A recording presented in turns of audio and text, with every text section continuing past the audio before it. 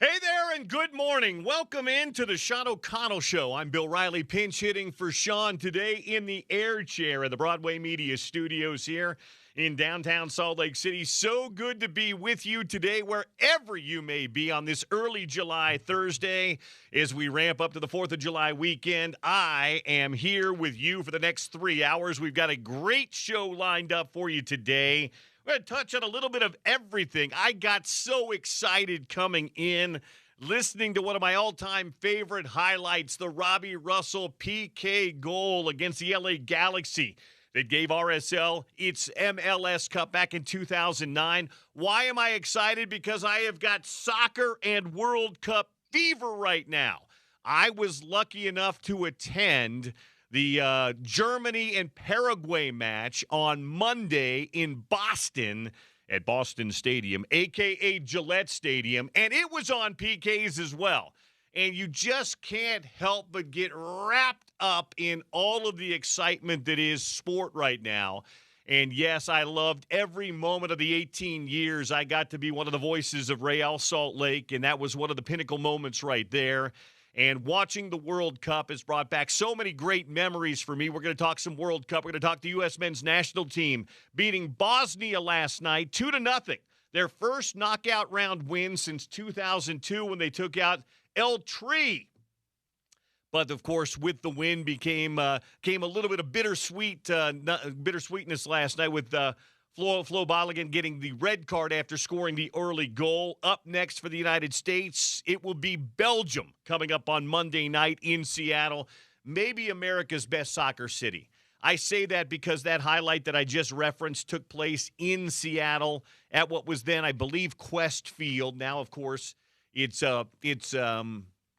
Lumen Field, home of the Seattle Seahawks, but it is one of the great soccer cities. It will be a definitive home field advantage for the United States on Monday night. We're going to talk about that match, last night's match, and more. My good friend, RSL broadcast partner back in the day, and my current broadcast partner on Utah Soccer on ESPN+, Jay Nolly, is going to join us here in about 5 or 6 minutes to discuss the win last night, what it means for the United States, how they make up for the loss of Flo Balogun, and, of course, what Belgium presents. We'll talk about the other games as well today. We'll have a game actually kicking off while we're still on the air, about 1 o'clock this afternoon. 3 games today on the docket. Spain and Austria go at 1. Portugal and Croatia, which should be a terrific game, go at 5. And then, of course, at 9 o'clock, the late-night game tonight, Switzerland and Algeria go. All of those games on the Fox family of networks. Of course, we'll talk about it as well with Jeff Carlisle, who has covered U.S. men's national team soccer for decades now for ESPN. Jeff was at the game last night at Levi Stadium, or San Francisco area stadium in the Bay Area, South Bay area. So we'll talk to Jeff Carlisle coming up about his thoughts on this team because he's covered a number of World Cups. He's covered a number of U.S. men's national teams. What makes this one unique? There's the question, is this the best of all time? We'll answer that one, or at least ask the question of Jeff Carlisle coming up. It would not be a show filling in for Sean if I didn't get a chance to talk to Gordy Chiesa. And I get an hour of Gordy Chiesa today. Gord will be in studio with me beginning at about 11:30 or so. We'll talk to him about all the Jazz comings and goings. Walker Kessler no longer a Jazz man. Traded to the L.A. Lakers. Did the Jazz get enough? Did they get enough with the 2 first-round picks of the pick swaps? We'll talk to Gordy about that. Are they just going to piecemeal the center position together now with Nurkic and Hayes? Are they done? We'll talk to Gordy about that. Jaylen Brown being dealt, so we'll talk some NBA free agency and the upcoming season with the Utah Jazz with Gordy Chiesa. Going to mix in a little Utah football today as well. We are exactly 63 days until kickoff. 9 weeks. Can you believe it, folks? 9 weeks from today, the Utes and the Idaho Vandals up at Rice-Eccles Stadium.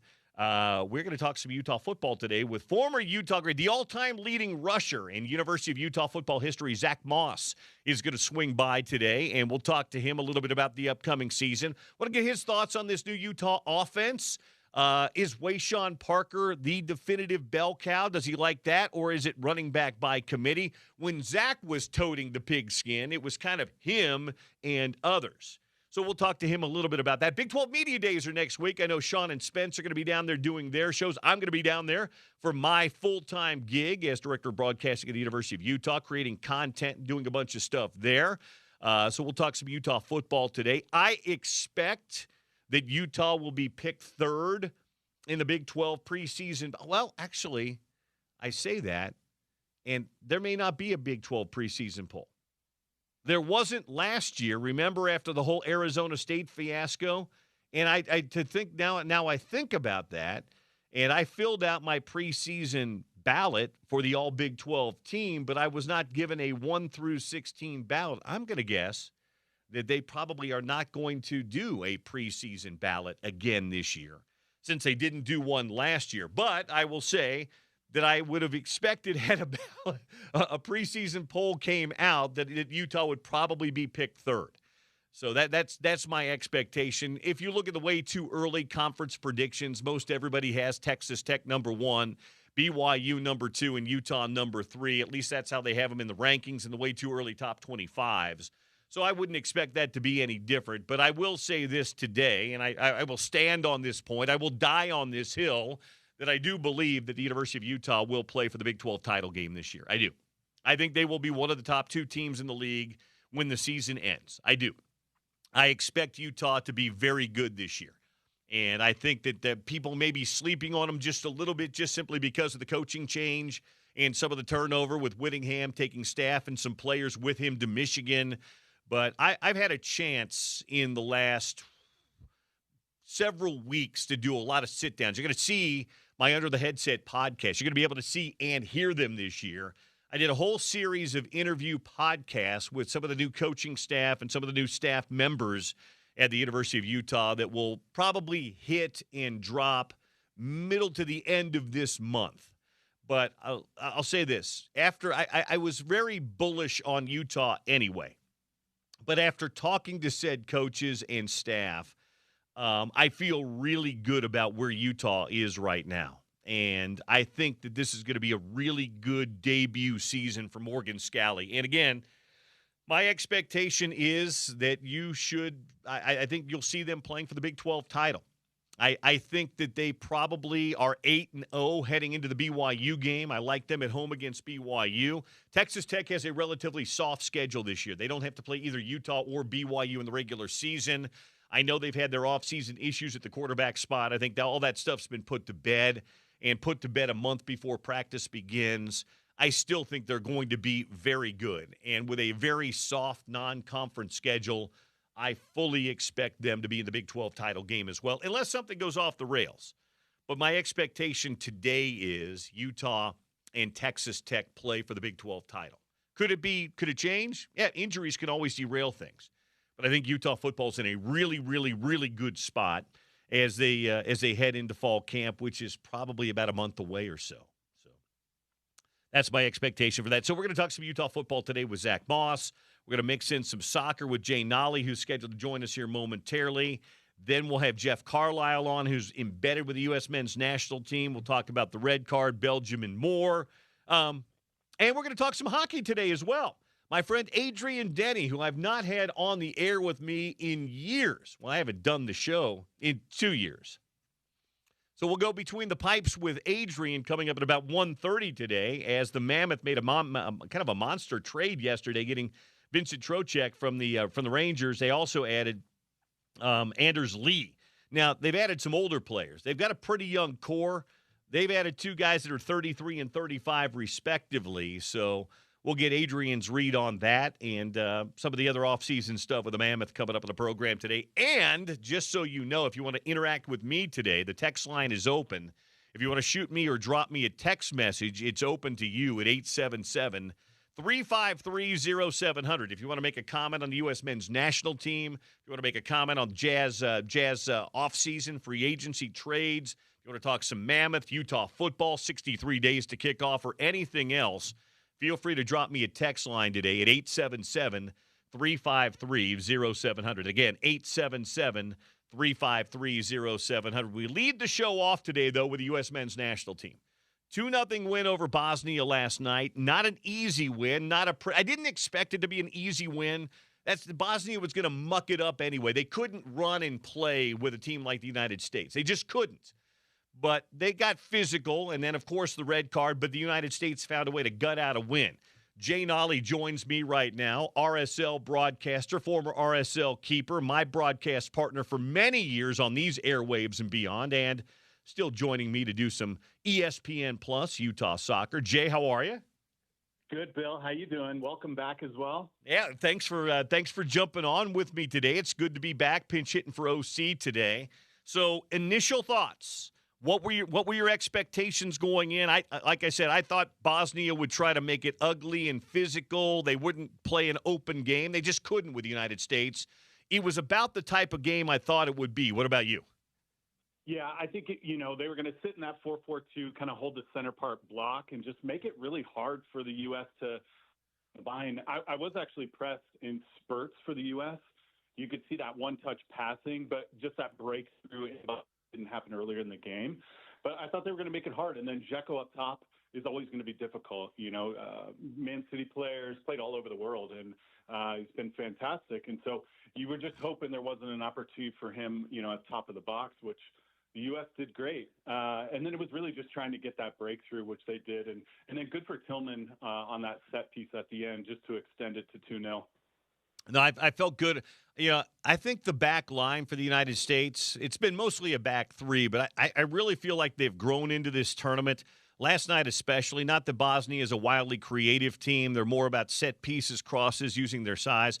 With the exception of a couple of late shots where I think things got a little loose, where the U.S. was a man down.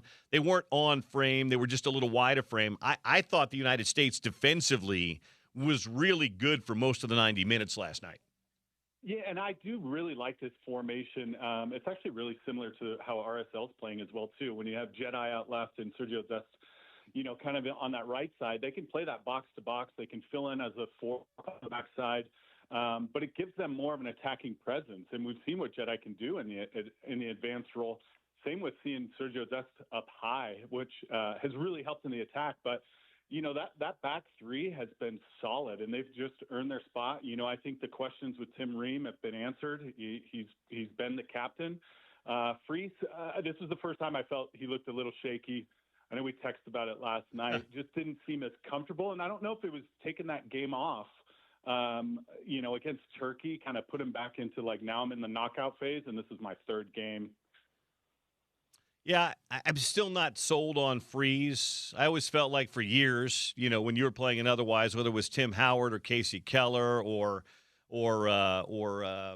any of the keepers that we had going through, I always felt good. Freeze he doesn't, and this is just me observing from 10,000 feet and a million miles away. He doesn't exude confidence to me back there. And I like a keeper, even if you don't feel it, that you look like, fake it till you make it. But you know what I'm talking about, Jay. Yeah, there was really no ownership of the box. Even when the ball wasn't even coming in, really kind of giving that presence to the back four, the outside guys in the middle with Tyler Adams and McKennie as well.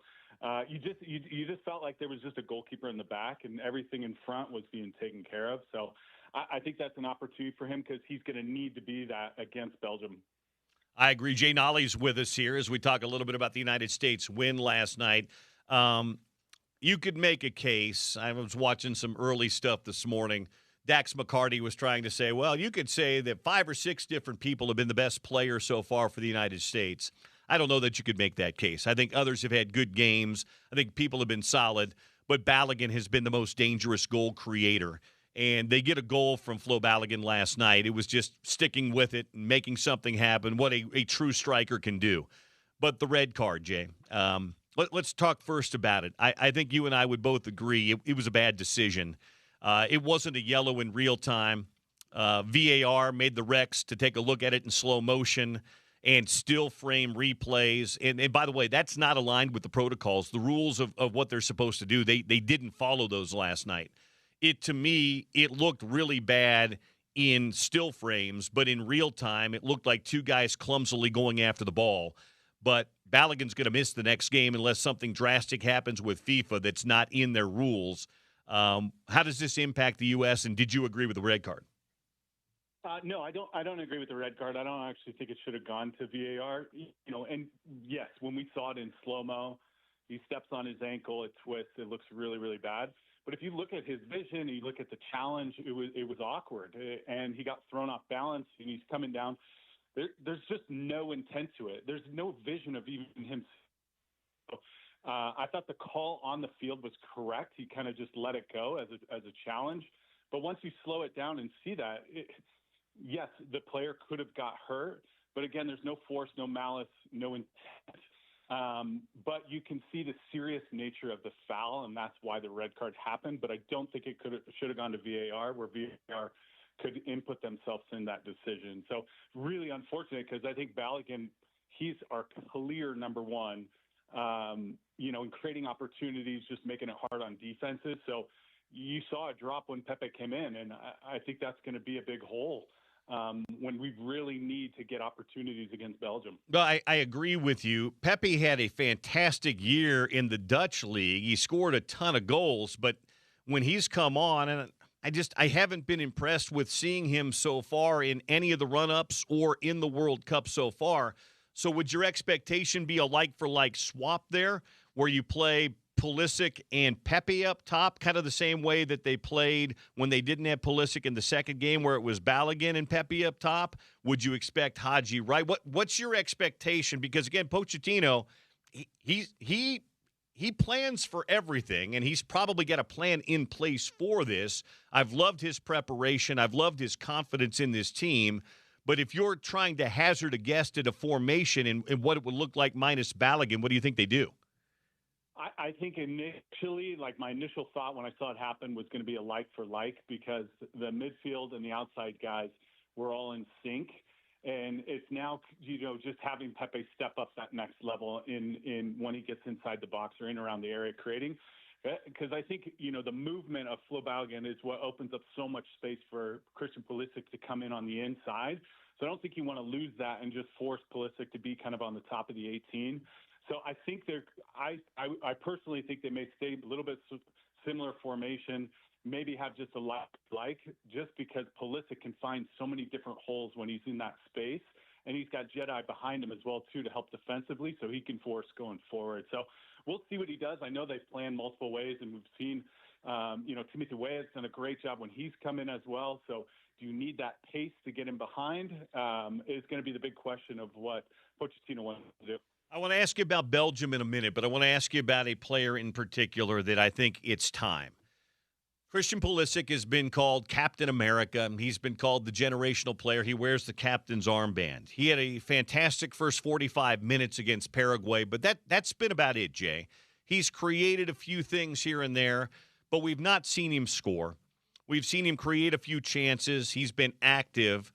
But is this the time? I mean, if he's truly going to be the generational face of American soccer and be talked amongst the greats like the Landon Donovans and the Clint Dempseys and such, is this really the match? Is this really the time where we've got to see Christian Pulisic step up?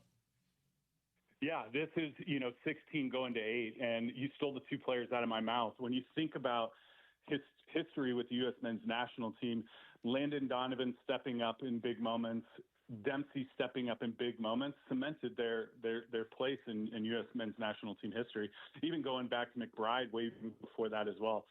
And this is, if say we crash out 1-0, what do we say about Christian Pulisic? We're looking for the next World Cup for him to be a breakout. So I do think this is where his opportunity is against Belgium, a top team, to come and really break out. Did have that offside goal last night that just kind of slipped through, but still hasn't had that impact that we've been really waiting for, even though he sat out about a game and a half. Yeah, offside goals still don't count. It's great. A lot of people put in offside goals. People's stats would look a lot better without them. But I just think that this is the time. I mean, you are now the most dangerous player on the field with Flo Balogun out. You've got to put your stamp on this match against, let's face it, Jay, this is a Belgium team that is still solid, still pretty good. They beat the U.S., though not a full-strength U.S. team, 5-2 back in March. But 14 years ago, they beat the United States. That was 12 years ago. They beat the United States in this same round, the round of 16, the knockout round in the World Cup. And so I guess my question, and this was the beginning of their golden generation. Guys like Lukaku and De Bruyne and some of these were coming into their own. Well, Belgium hasn't done much, and some of those guys are still around. They were frankly pretty lucky to beat Senegal yesterday, but they earned it. Keeper missed a punch. We could talk about a lot of things, but they won. This is a team that's coming into its own in the United States, kind of going up against a team that's leaving a little bit from the world stage. They've still got good young players. Tielemans and Doku and some of those. Doku are good. But is this a game the United States should win on Monday night?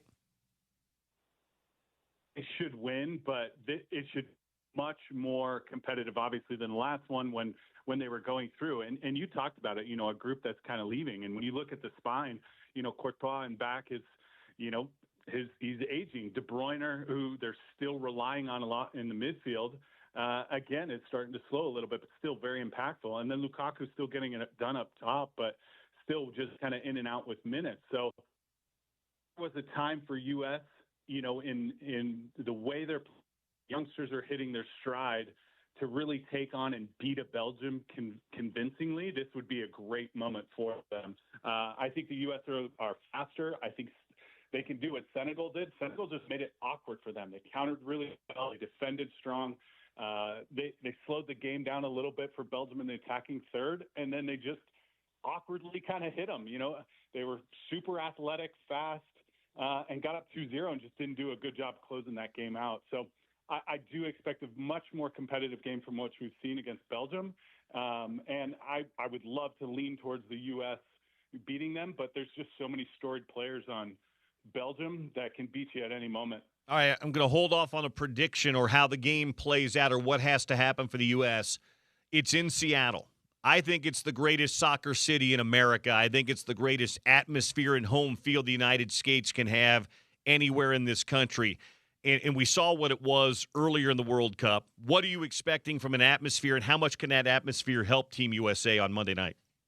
You couldn't ask for a better place for this game to go to in Seattle. Seattle traditionally continues to show up for the Sounders, the MLS team, and now we have a World Cup match there in the final 16. So, could a perfect city for the U.S. to go to as far as U.S. pride, U.S. loudness.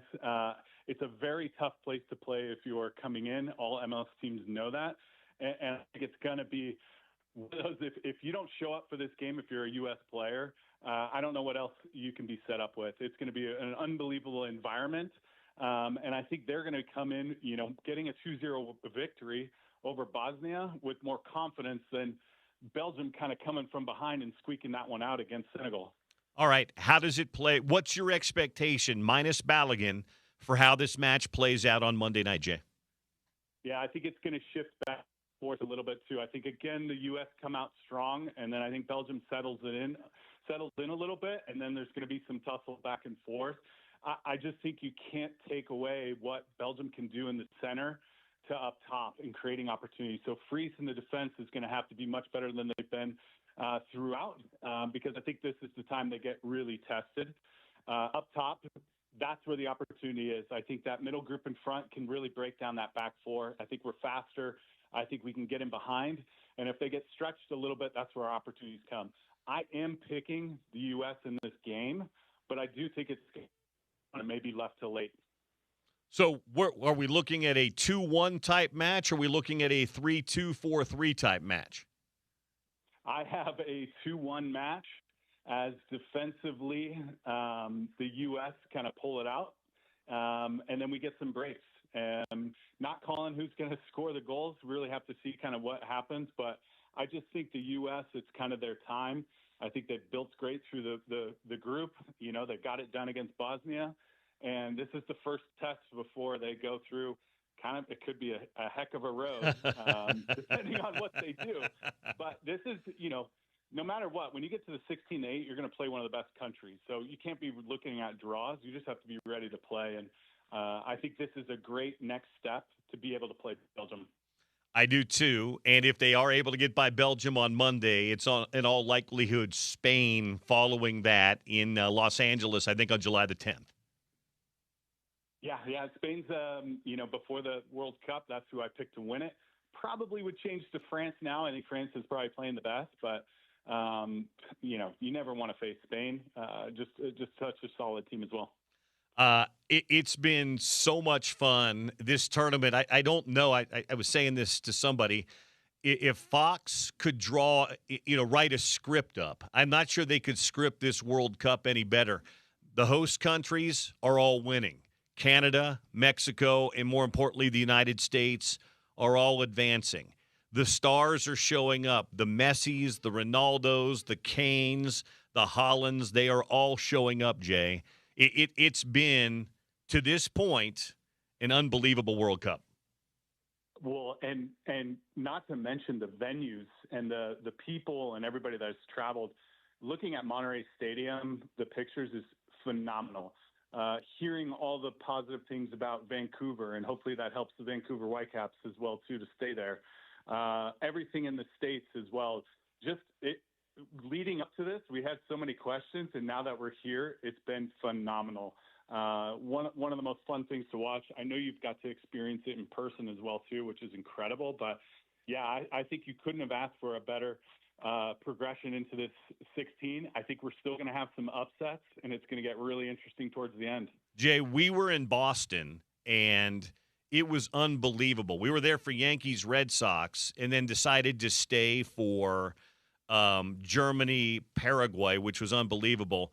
The Norwegians were at the hotel right next door to ours. The French were headquartered 2 blocks down the street. It was nothing but French and Norwegian folks. I mean, they were everywhere. Boston did an unbelievable job.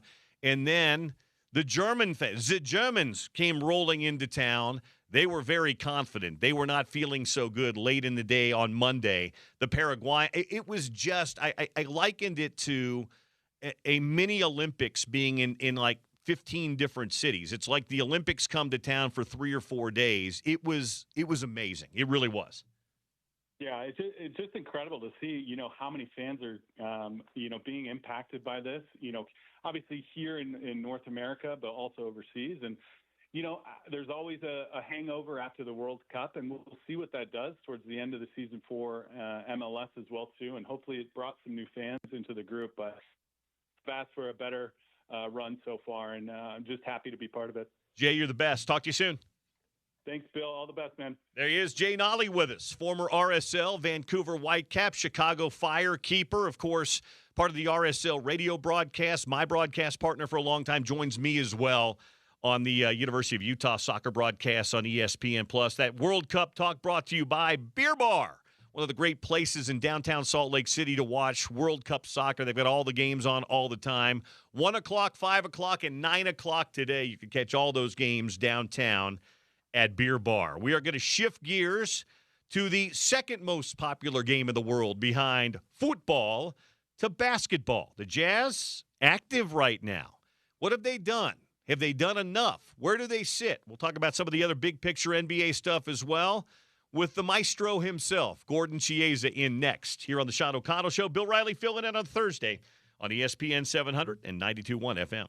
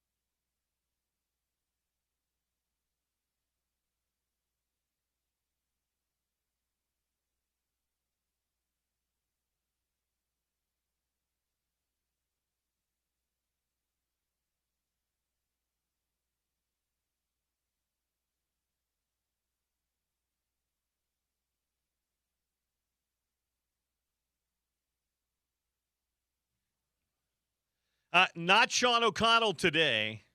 He's overseas. I'm in for Sean. Bill Riley here with my longtime friend, confidant, and basketball savant, Gordon Chiesa, wearing his throwback Orlando Magic basketball T-shirt from his days of being Jacques Vaughn's consultant. Gord, how are you?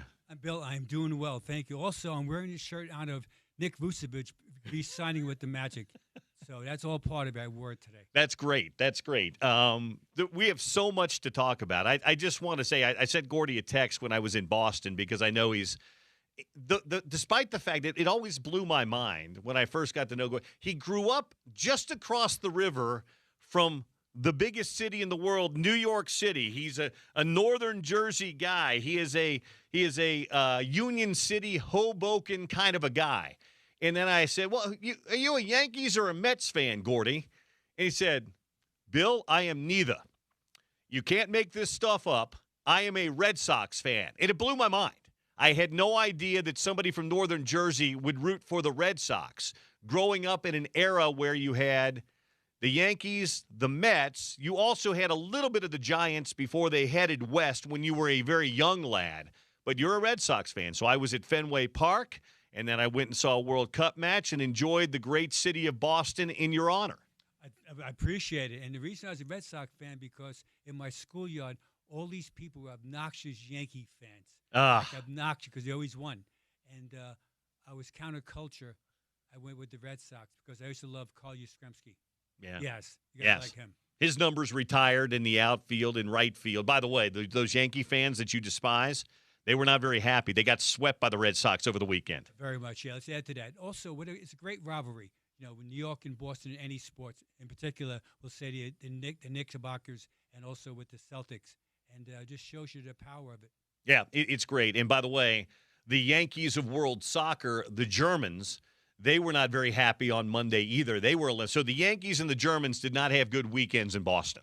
No, they did not. And add to that is that, Bill, also – in the World Cup, I'm a fan of England. You are? Yeah, and since 1966 when they won it. Was that because Italy's not playing in it? Yeah, no, not at all. No, I was always a fan of England. Why? Because of the Beatles. Because of the Beatles? Beatles, yeah. And so 1966, it's hard to imagine, but the Englishmen were more popular for about a 2-week period during the World Cup when they won it in 66, and the Beatles used to talk about it all the time. Hard to believe that your country of native origin has not been in the last 3 World Cups. Yeah, I know, yeah. The Italians they've become a disgrace. After that, and so in basketball, it would be the Canadians. Yeah. Why they're never in the final 3 or so in the Olympics. Yeah, it's absolutely crazy about that. Anyway, that aside, Gordon Chiesa is in. Also not a great weekend in Boston or extended weekend for Jaylen Brown, but we'll get to that coming up in a minute. Let's start with the Utah Jazz. Since you and I last spoke, and that was the last time I filled in for Sean, the Jazz drafted Darren Peterson. So they've got a franchise backcourt player now. But since they drafted Darren Peterson, they have since traded Walker Kessler. So how surprised were you by that? And what did you make of the haul they got back for Walker Kessler, who has been a guy that they kind of saw as a cornerstone piece since they drafted him a few years ago? From Walker Kessler's point of view is that he wanted to be here, but however, he felt that the Jazz didn't give him a proper offer, which I disagree strongly. And so what happened was that when the Lakers came across and they gave him this unbelievable, way too much money deal, that it really affected the landscape of the NBA. And from the Jazz point of view, they got a great haul. They got two unprotected picks, and they got also 2 swaps. And so from their point of view, it was for the Jazz. If you're Jazz happy right now, you're disappointed that they don't have Walker Kessler, who you like as a player, but they did the right thing. They didn't overpay on him. To be very fair, I thought the Jazz offer might have been a little bit high on their end anyway, but they made it. It was their guy. 5 years, roughly, about $140 million is what they offered him. Correct. So for the Lakers to go above and beyond that, now they've got cap space with LeBron opting to go someplace else, but what's Walker Kessler got to become, or how much better does he have to be to justify those kind of numbers in L.A.? He's got to be relatively soon an all-star type center. with those numbers. And get back to the Jazz point of view. They offered Walker Kessler the largest contract in history of basketball for a center position who never made the All-Star team. Right. Never made the All-Star team. And also, just think about it, that the Lakers gave the contract to Austin Reeves. It's the largest contract in the history of basketball for an undrafted player, Austin Reeves. Right. And so the Lakers and the Jazz are involved in these two different historical contracts, and we'll see if it works out. So I'm glad the Jazz held a balance. You never want to overpay dramatically on players, dramatically, and that was what they would have done. So Walker Kessler's now a Laker. The Jazz have pick swaps and first-round pick swaps in 28 and 30, first-round picks unprotected in 31 and 33. So the question is, what are you doing at center? Well, they re-upped with Yusuf Nurkic, 2 years, I think $22 million, and then they signed Jackson Hayes, as I'm guessing kind of a backup to Yusuf Nurkic, 2 years and $12 million. So do they feel like, okay, we've got the other pieces we like, we're just going to kind of piecemeal the center position? Is that what they're doing? Yeah, very much. And also they could swing over Jaren Jackson to play at 5 right now. And, with Jackson Hayes, his contract is relatively team-friendly, Bill. The second year, it's a team option. So if the Jazz doesn't work out, they can move on from him. And also, it's very possible he might get traded next week. And it's not over. The Jazz roster is still in flux. But philosophically now, by not re-signing Walker Kessler, that now allows them for Keontae George to give them the extension. So that's all part of, again, the domino theory of not getting Walker Kessler. Again, everybody likes Walker Kessler. The numbers really just didn't make sense for the Jazz point of view. Do you feel like the Jazz are done, Gordy? Are there still moves to be made here for the Utah Jazz? Notable moves to be made here this summer for the Utah Jazz? No, they're not done yet. No. Well, so what's the next? Again, you don't have Danny Ainge's and Austin Ainge's. Maybe you do, but maybe you've talked to them. But just where do you think you go next? If you're enhancing this roster, are you adding to the roster? Are you subtracting and trading? What is it? Free agency? Is it trade? What do you think is next for the Utah Jazz? I think that the Jazz are going to try to make one more mid-level type player to add to them, another wing defensive player. Okay. So, example. 3-and-D guy? Oh, absolutely. Those guys are hard to get. I know. If I'm the Jazz, I'm staring at someone like Lou Dort type people. Okay. So someone like that. Okay. And that's what the Jazz need. The Jazz are last in the NBA the last 2 years. They're tied with the Wizards for the two worst teams in the NBA defensively, both overall, three-point shooting defense, field goal percentage defense, most points allowed, etc. If you fill the blanks in, least turnovers as far as generated. So the Jazz, if they go forward, which they should, because the Jazz have good players offensively, they've got to develop those guys into two-way performers, but also if they're going to add some defensive ability. So if the season were to begin this weekend, which we know it doesn't, you've got Nurkic as your starting center, Jaren Jackson is your power forward, Lauri Markkanen's playing your 3. You've got Darren Peterson as your 2 guard, and then Keontae George playing the point. Where does that leave Ace Bailey? Is Ace Bailey your super sub off the bench? What are you looking at, right? Maybe a spot starter if you play Jaren Jackson at the center and Lauri Markkanen at the 4. Do you play Bailey at the 3? Where's Ace Bailey fit into this? Because this was a guy that you took 5 overall last year. And he's a very good player. He had a good rookie season. And each month he got better. I'm going to lean a different alternative. Okay. I'm going to say Keontae George at 1, Darren Peterson at 2, Ace at 3, Larry Markkanen at stretch 4, and I would start Jaren Jackson at 5. Okay. But is Jaren Jackson okay with that, though? Because his best years in Memphis were at the 4, right? Correct. However, it's a new team, new season. Okay. This is what we think that it's best for our team. And again, he's the highest paid player in the Jazz, so he can't say that you're disrespecting me. And then you use Yusuf Nurkic as almost the 6th man as far as coming to game. Then you can slide over, again, Jaren Jackson at 4, Markkanen at 3. Okay. I'll add to that. Remember, so Darren Peterson, it was talk about him being a point guard. He's not. He's a guard. And he's very ultra-talented. He's a knockdown shooter. That guy can get to the basket, and he's a good defensive player with a strong body.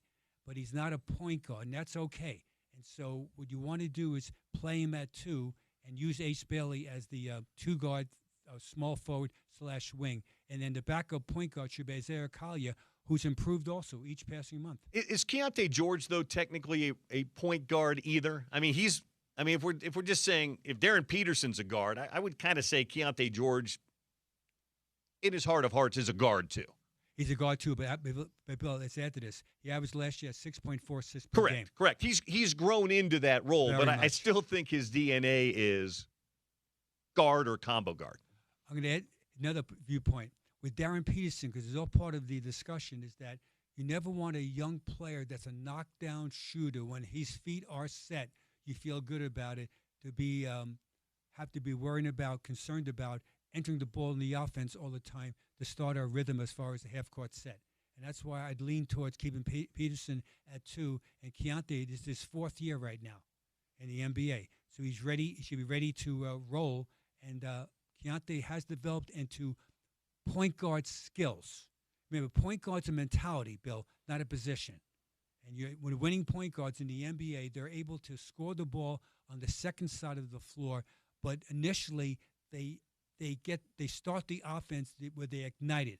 That first entry pass on perimeter or in the mid post, that creates a chain reaction of this is how we're going to score on this possession. Then off that, we're going to play organized ab lib.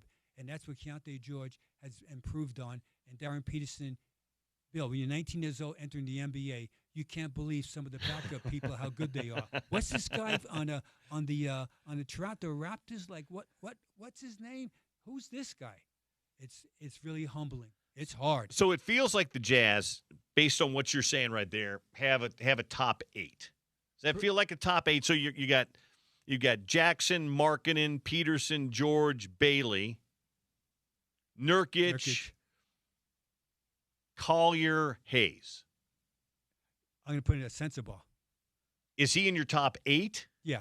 He is. Okay. Yeah, he can shoot. You think he's played his way there? Do you feel good about Bryce Sensabaugh if he's in your top 8? Off the bench now, as far as him becoming in the game and making shots. He can shoot. So if they're adding a 3-and-D guy, like a Lou Dort type, he would be in that top 8. Absolutely. And that backs Bryce. I just feel like if you're going to be a little bit better in the Western Conference, I don't know that Bryce Sensabaugh is in my top 8, if that makes sense. Fair analogy. It's all based on who's on the floor at that time, what you need. Correct. So I like him. How much better have the Jazz gotten this, we'll even say, end of the year till now? Does that make sense? Kind of from the Jaren Jackson addition till now, are they a playoff team right now in your mind? Top 8. Not play-in team, playoff team. They are 7 and 8, 9 and 10. Okay, so they're in that 7 to 10 range. Absolutely. Remember now, also teams going to drop right now. I mean, the Jazz, it's so interesting with the Jazz. Even last year when they weren't totally playing to win, be competitive, they still, in some games, when everyone was there, they were highly competitive. And so during that game, and so the Jazz starting lineup is it's good. They have good players, offensive players now. Yeah, they're good. And that's my next question for you is they were among the worst teams, maybe the worst at times last year defensively in the league. How much better defensively do you think they are now? Slightly better, incrementally better, quite a bit better. I mean, Jaren Jackson can be a good defender. Yes, he can. Maybe Darren Peterson can be a good defender. Yeah, I think he's got the DNA for it. We'll see. It's always tough as a rookie to come in and be a great defender. You're learning so much. But how much better are they defensively? Slightly. Okay. But, Bill, the growth will be from internally within. So I'm sure there'll be a high level of accountability. Bill, I've been saying this for decades. In every team practice, there should be an element of hurt feelings. Because, Bill, without hurt feelings in team practice, during the game, you get mixed results. So I can assure you, in yesteryear, during Jazz practices, there's a lot of hurt feelings, if you get my drift, Bill. Yes, I do. Yeah, and it paid off during the game. And that's what you want to do, accountability. In other words, what is your assignment on this situation? And then you drill it and you talk about it. You do it at half speed to show it, and then live as far as it and the intensity of it. And then if they don't do it, then there's hurt feelings where that player usually should be taken out of the game, not forever. I'm just saying at that moment because you're not doing what we went over 17,000 times before this. And then it's a rude awakening, but that's what you need to do. Bill, during the playoffs, you saw the intensity. I mean, like Darren Vassell, Stefan Castle, they are bouncing off the Knickerbocker offensive players. You see how they tried to slow those guys down, and Jalen Brunson was the opposite. He was bouncing off them and scoring. And that's what you need to do to get to a certain level. You've got to play physical defense with technique and tenacity, but without overly fouling. That is the pride of Union City, New Jersey, Gordon Chiesa. We're going to talk a little bit about other actions in the NBA coming up. There's been a lot of movement in free agency the last couple of days. Some surprise moves as well. There's a big-name free agent who's out there still. Going to try to pick. He says he just wants to win now. We'll find out soon about that. By the way, Gordy's segment brought to you by Aladdin Industries, your Velux Skylights dealer here on the Sean O'Connell Show. Bill Riley filling in. More Gordy coming up straight ahead. By the way, if you have any questions, Jazz-related, NBA-related for Gordy, I've got some text messages I've got to read from you guys to me, but if you have any questions for Gordy, hit us up at 877-353-0700. This is ESPN 700 and 92.1 FM.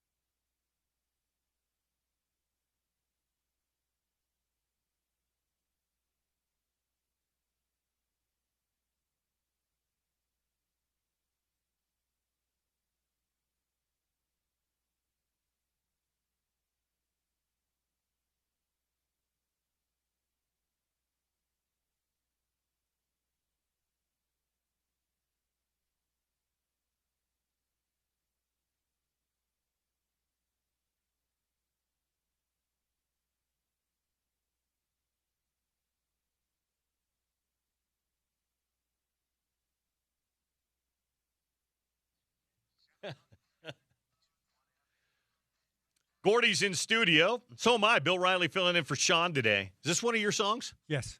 Boothang? Yeah, by Paul Russell. Well, Boothang. Yeah, what do you think? I'm a pi square? What do you think? You were a guy that used to hang at Studio 54 back in the day, so I did a few It times. doesn't surprise me that Boothang is one of your hits. And, speaking of the young listeners, that was his nightclub in New York City that was only 3 years old as far as its existence because the owners decided not to pay any taxes. Yeah. And so it was a huge thing back in the 70s. So lessons, kids, if you ever open a very popular discotheque someplace, if you know what a discotheque is, a club, if you will, make sure you pay your taxes. Otherwise, you'll be shut down. And then Gordy didn't have any place to go on Saturday nights. Yeah, no, it's true. Also, that was a different time in my life. However, I like being here right now as far as ESPN Radio 700. And also, I like LeBron James, Bill. So LeBron James is one of the all-time freaks of nature. We knew this from his playing style. Second greatest player of all time. From a longevity standpoint, the greatest player of all time. Probably only Kareem Abdul-Jabbar matches his productivity and his age. But he's still chugging along, heading into year number, 24 this year. 24, yeah. He wants to get to 25. He's opted out playing for the Lakers. He doesn't want to play there. He did take his time, though, to make sure Bronny was taken care of contractually.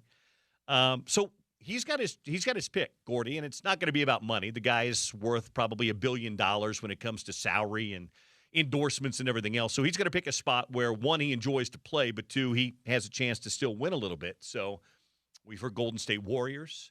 Maybe it's yet another return to Cleveland. Miami is a possibility for him. I've even heard San Antonio maybe is a possibility. I don't know. You tell me. Give me a couple of places that might fit well for LeBron James that are legit. Cleveland. Okay. The best one. So they go James Harden, Donovan Mitchell, LeBron James, Evan Mobley, and Jared Allen. That's a good lineup. Yeah, that is. That's a good lineup, absolutely. And so that's a winning, and off the bench, Max Strus. And so they have some good players there, and it makes sense for LeBron. So would he be okay playing with James Harden? Because James Harden doesn't seem to be a guy that plays the type of basketball that LeBron James likes to play. Correct, absolutely. So now these guys, at James Harden being 37 years old, and LeBron will turn 42 on December 30th, is that they'll have some moment of Jesus coming together, and this is our last hurrah as far as trying to win the whole thing. Is Harden opting out of that deal with the Cavaliers about freeing up some space for a guy like LeBron to come in? That's exactly right. So the way, again, the rhythm as far as the procedure, which, again, the contracts are all guaranteed as far as trades, etc., on July 6th. So he opted out. James Harden, he's going to get a 2-year deal. We'll see how much. He turned down $42.3 million. Turned it down, opt out. So now he's a free agent, technically. I'm sure there's some sort of deal before this is going to happen. And if they sign LeBron, then it'll be LeBron first. LeBron, I'm just assuming, has to take a pay cut. It's all relative. The mid-level exception right now is $15.1 million. I'm just assuming that he's okay with that, between $15 to $20 million, to get this last hurrah with the Cleveland Cavaliers. So Cleveland's your first. That's your most likely destination. Correct. What is the second most likely destination for LeBron? Golden State Warriors. Okay, so you would have Steph Curry. Yeah, his friend. You would have Draymond Green, who opted out again. Who opted out too. Absolutely. Maybe Jimmy Butler, depending on his health. Correct. So what's the likelihood of that happening? It's possible. Absolutely. Again, also is that it's a short plane ride from the Bay Area down to L.A. on off days, to say the least. I mean, it's all part of it. So the question is, how can we do the best we can as far as attempting to win, especially with older guys? Remember, with an older team, you don't practice as much, which makes it very appealing to the players. So give me a crazy option. I mentioned San Antonio, and you kind of rolled your eyes and made a little face there. But I'm thinking kind of out of the box, crazy. He could go be the old head on a young team that's very close to winning a championship. I don't know, just something out there. But you tell me, give me a not one or two, but maybe a an out there, but still a possible option for LeBron. Knicks. Okay. Knicks. Yeah, New York, Showtime, the whole thing, going to New York. They can fit him in. They can him in. And Well, they lost Mitchell Robinson. Yeah, they can fit him in as far as that. And it could make sense as far as playing in New York. Again, the Knickerbockers, the way they're structured is that without Jalen Brunson, it sounds so crazy, but they won it, which is commendable. But it took every ounce of Jalen Brunson to win it for them. Even though we all love Anunoby, tremendous two-way player, the Knicks are so gritty. They need scoring. They need people that can score the ball to help them. And LeBron, if we're thinking outside the box, he could help them as far as scoring the ball and also give Jalen Brunson a mental health break during the game. Yeah, not to have to carry so much of the load. Very much. And Brunson did it on that 6'2" body. There was some heavy lifting. And it's very similar to LeBron James. Just quickly about LeBron. Just to make a point about his brilliance right now. He played for the Cavaliers 11 years, Lakers for 8 years, and for the Heat for 4 years. Here's LeBron's 8-year tenure with the Lakers. He averaged 29.9 points per game, 51.3 field goal percentage, 35.6 from threes, 73% from the foul line, 7.3 rebounds, 7.3 assists, and 1.2 steals. I mean, and one championship in the bubble in 2020. So he had a brilliant career for 8 years. They wanted more championship because in L.A. it's all based on titles, and he delivered one for them, and he was great there. He never felt like, though, he was accepted by the Laker fans the same way others were. He never felt like, to me, that the Lakers fully embraced him for whatever reason, maybe because he traveled all over the place. But a guy like Kareem Abdul-Jabbar didn't begin his career there. But I'm just did it ever feel like he was one of those beloved Lakers? No. The answer is no. It was not. That the coaches loved his game. Yes. But the fans, they it's like almost like a homegrown mentality. Even though it's L.A., it's transient. I get it. But as far as when Jabbar went there, he was only 4 years in the NBA. With Correct. LeBron, he was already 11 years, and 11 years already, and then he went from Cavs to the Heat, then to the Lakers. So it's a whole different mentality. And but LeBron's going someplace, and it should be very interesting. It does affect the landscape in the NBA. Of course it does. It does. Another thing that impacts the landscape of the NBA is the Jaylen Brown deal. I want to take a timeout, though. We'll come back on the other side. I've been trying to wrap my head around this, Gordy, and figure out what – it's okay that you don't like a player or don't see him as a long-term fit, but it didn't feel like the Celtics got a lot back for what they gave up. Anyway, we'll talk about that. Gordy's got a list as well today. And if you have any NBA or Jazz-related questions, drop a text line to us on the text line at 877-353-0700. Hour 1 on a Thursday done. Hour 2, Gordy in for another half hour straight ahead right here on ESPN 700 and 92.1 FM.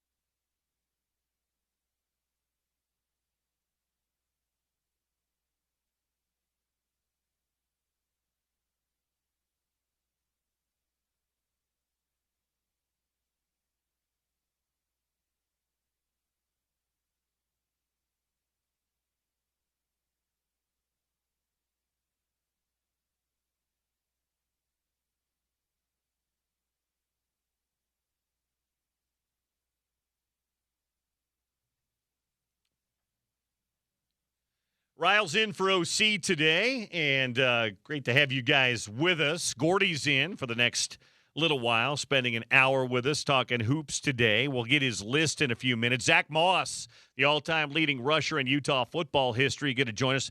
We're 9 weeks from today, Gordy. 63 days from today, the season kicks off. Can you believe it? I love it. Good for you. College football season, going to be a good year for the Utes. We'll talk some Utah football with Zach.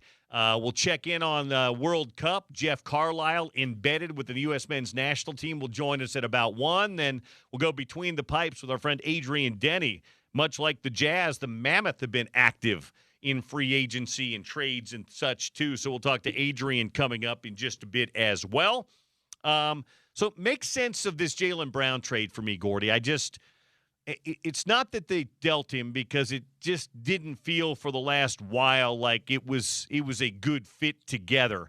But they didn't. It didn't feel like they got enough back for a guy that's an all-star and arguably a top 12 player, 15 player for sure in the league. Yes. To get an aging Paul George, couple of first-round picks, which I guess are great, but where are those going to be? And then some second-round picks. It felt like the Celtics got either desperate or they needed to get rid of him. I don't know. Make sense of this Jaylen Brown deal to Philadelphia. The first thing is Jaylen Brown. Do you realize, Bill, he made second team All-NBA last year? Right. Second team All-NBA. Second team. Not to the All-Star game. This is second team All, which tells you he's voted as one of the top 10 players in the league. Very much. So here's the second team All-NBA. Jaylen Brown, Kawhi Leonard, who also got traded, Donovan Mitchell, former Jazz man, Kevin Durant, and Jalen Brunson. That's the second team All-NBA. Right. So 2 of those guys got traded. All right, with Jaylen Brown, there for 10 years, the Celtics, the last 2 years, without Jaylen Brown playing with different injuries, is that the Celtics are 30 wins and only 6 losses. So they were able to win without him. And so that was part of the equation. He's there for 10 years. He's a major high-level talent. Again, I'm just assuming that both parties wore their welcome out.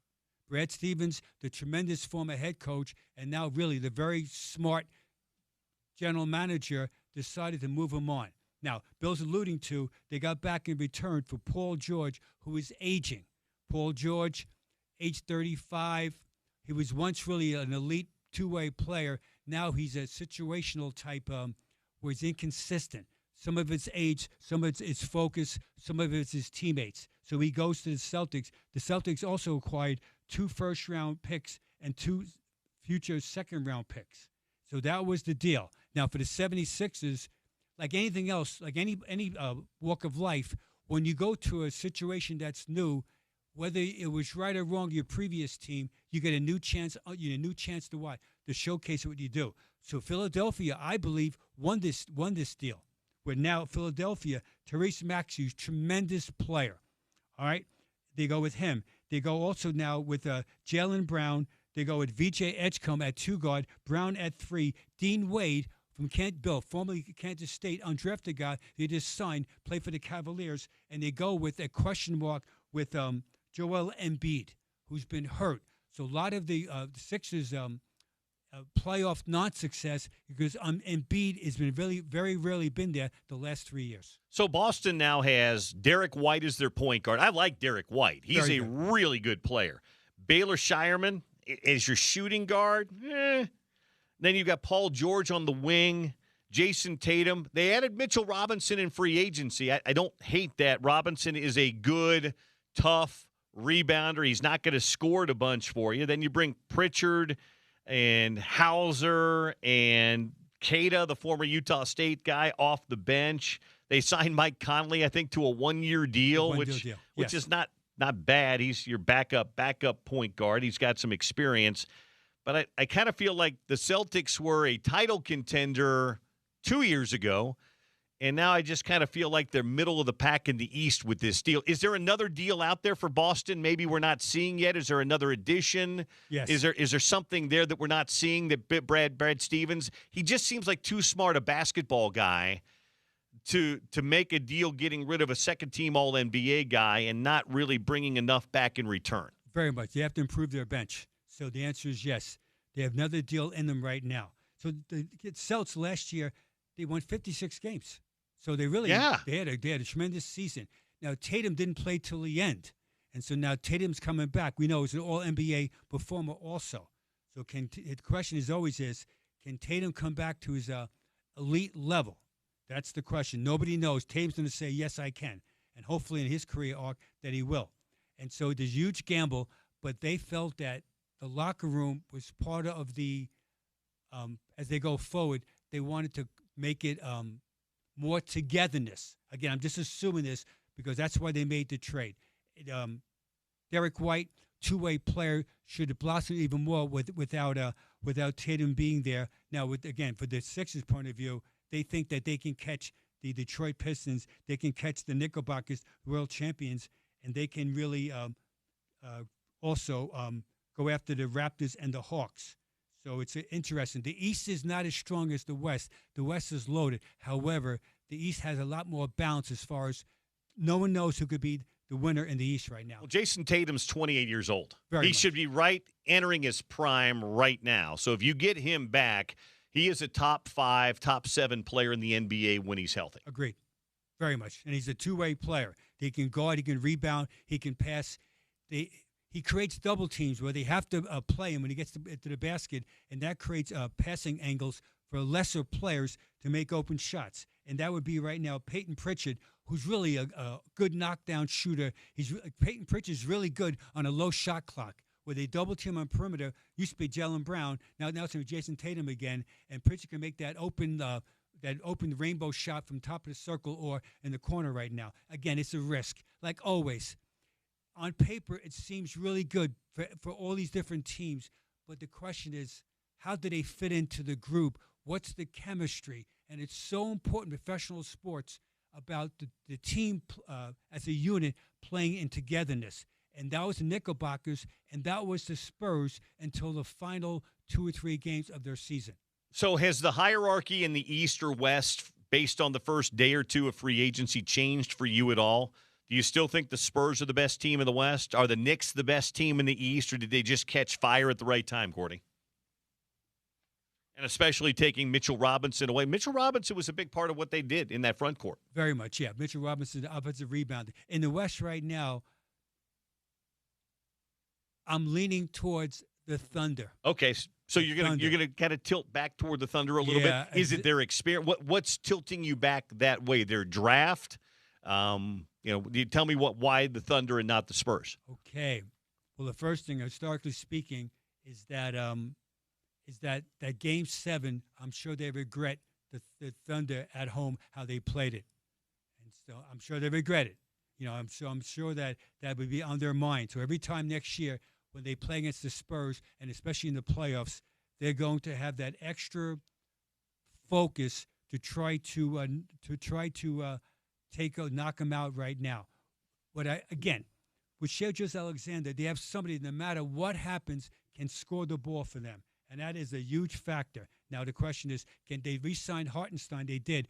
Can he slow down somewhat Wembanyama? Well, they also added in the draft the big guy Mara from Michigan. Very much, yeah. So they went with some length. Yes, they did. And that's the Spaniard from Michigan, former UCLA player. He's got length. Also, it sounds so weird saying it, but if your big guys hustle and play hard, it's uplifting. You mean these millionaires, these guys making 10 and 15 and 20 and 30 million a year if they hustle and play? It sounds so trivial. And so, Ade Meyer from the University of Michigan, the NCAA champions, he plays hard. He's 7'3". He's long. He's a tremendous rim roller to the basket. And with Shea being there, also remember with the Thunder, Jalen Williams was an All-NBA player. Really didn't play much last year. So you still like the Thunder? I do. And keeping Hartenstein. Maybe I don't think Chet's that guy defensively. I know they wanted to match him up with Wembanyama. That's not his game. But if you've got Mara, you've got Hartenstein. So are the Spurs number 2 then for you in the West? Yeah, but it's a close number. Yeah, the answer is yes. But it's a close number 1. And you can fluctuate back and forth 1 and 2. They're both really smart teams as far as how they drafted. Again, the Spurs, what they showed at top of the apex versus the Knickerbockers, that experience does matter. It absolutely does. And that Wembanyama is only 22 years young, emphasize young. Stephen Castle is only 21 years old. And Dylan Harper, are you kidding me, Bill? That guy's 20 years old, second pick of the draft. All right, let's go Jazz basketball. So here's the question philosophically, situationally. Can Darren Peterson and Ace Bailey, who are two young talents for the Jazz, for the next 10 years, if they're in Utah, can they outplay the young people of the Spurs on perimeter? Well, those guys are only a couple of years older than Bailey. Bailey is 19 going on 20. Peterson's 19 going. Yeah. And you're talking about Harper's 20. And Castle's 21. Yeah, absolutely. See, again, it's who you play against. And that's the thing about it. It's so exciting. When I say outplay, I mean, besides scoring the ball, can you guard? Can you defend? Can you make baskets on a low shot clock on the road? And so, again, the question and it's the great unknown about young players. When do I get that mental toughness where I can combine my individual talents and my ball skills as a basketball player with the tenacity of doing it consistently within what? The team frame, within the teamwork. And that equals what? I just described Jalen Brunson. Got a text question here, Gordy. First, it says, Bill, good to have you back on the show every now and again. Thank you, Texter 3140. Says, I feel like a big 7 foot or taller is very important in today's NBA with Wembanyama here. Are the Jazz watching some up-and-coming bigs in college with all their future draft capital? Yes, the answer is absolutely they yes. just got rid of a young big who wanted a lot of money. I mean, Walker Kessler, that's ideally what they want or need, correct? Correct. I mean, is Kessler a guy in your mind that matches up as well as anybody can with a Wembanyama defensively? Yeah, at the rim, but not on perimeter. Not on the perimeter. See, the way Wemby plays outside a lot, and that take away, Bill, that bizarre spin dribble. We always gets in trouble. He makes that spin dribble by at the nail defender, middle of the floor, gets in trouble. When Wemby gets those long strides, he's impossible to guard. But at the rim, against when it's big on big, and that's what happened, is that whenever you keep, again, situationally, most times you should keep big on big. So when Wembanyama rolls to the basket, are you kidding? You're asking somebody 6'7" to take him on? Correct. There's no way. It's bizarre that people try to switch against Wembanyama. You got to keep big on big as much as you can. So what's the ideal defense for a guy like Wembanyama? Is it big on big and just having your big come out to the elbow and say, we're going to let you shoot the 22-footer, but if you try to drive, I'm here to meet you? Because he seems to feel very comfortable not wanting it. In fact, I think he settles a lot more than he probably should. Very much, absolutely. So the example, I would keep big on big. However, I would keep that, we call it, keep the nail defender there, as far as we call it heavy nail, where he's going to stay there. So Wembanyama tries to drive middle, he's there for support, help. But when he rolls to the basket, when he's involved in a pick and roll, is that it's so important to try to match up with his size and go out his body as much as you can. So when we say big on big, we mean put your jersey numbers on Wembanyama's numbers also. Versus what? Hey, I'm 7'1", he's 7'3", I can match up with him. It doesn't work that way. You've got to be on him and press up on him and keep your numbers on him. Most players they feel uncomfortable when someone, Bill, is breathing on your neck and on your numbers. I like it. All right, real quick. Coming up Monday, we may have potentially the number 2 versus the number 3 draft picks going head-to-head right outside of my office at the John M. Huntsman Center, Jazz or Salt Lake Summer League. I guess we can't call it Jazz Summer League. Salt Lake Summer League. We might have a Darren Peterson and Cam Boozer matchup on Monday night. Yeah, very much, absolutely. So that's Bill's alluding to that game at Monday night. It's a 5 o'clock start. The first game is going to be on Saturday, July 4th, 1 o'clock and 3 o'clock. Right. And then we can celebrate, Bill, people like yourself, Bill, can celebrate eating those hot dogs and stuff. Yeah. Later on later on at night. All right, so Monday night's game, Cam Boozer. This guy, the third pick of the draft, has a winning game. That's the way he plays. He's almost like a point forward. All right, even though he's big and tough inside, he's outside making passes and plays. And Darren Peterson, if you like Ray Allen, the way he shoots, that's Darren Peterson as far as his footwork. And so it's going to be a interesting classic. Add to that, Bill. So later on, when the Jazz Summer League is over, meaning here in Huntsman Center, is that they all go to Vegas, all the teams. The first game on NBA TV, Bill, is the Wizards versus the Jazz.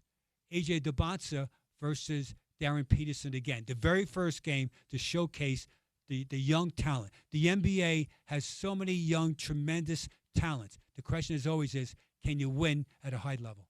It's going to be interesting to see. So keep an eye on that Monday night, maybe a Cam Boozer versus Darren Peterson matchup at the Jazz Summer League. Up at the John M. Huntsman Center, by the way, since they're doing the renovations downtown at the Delta Center for, I think this is the last summer of renovations for them. They'll have it back down there, but you can go up to the Huntsman Center, watch the Summer League, and enjoy some basketball up where the Utes play and where my day-to-day office is. All right.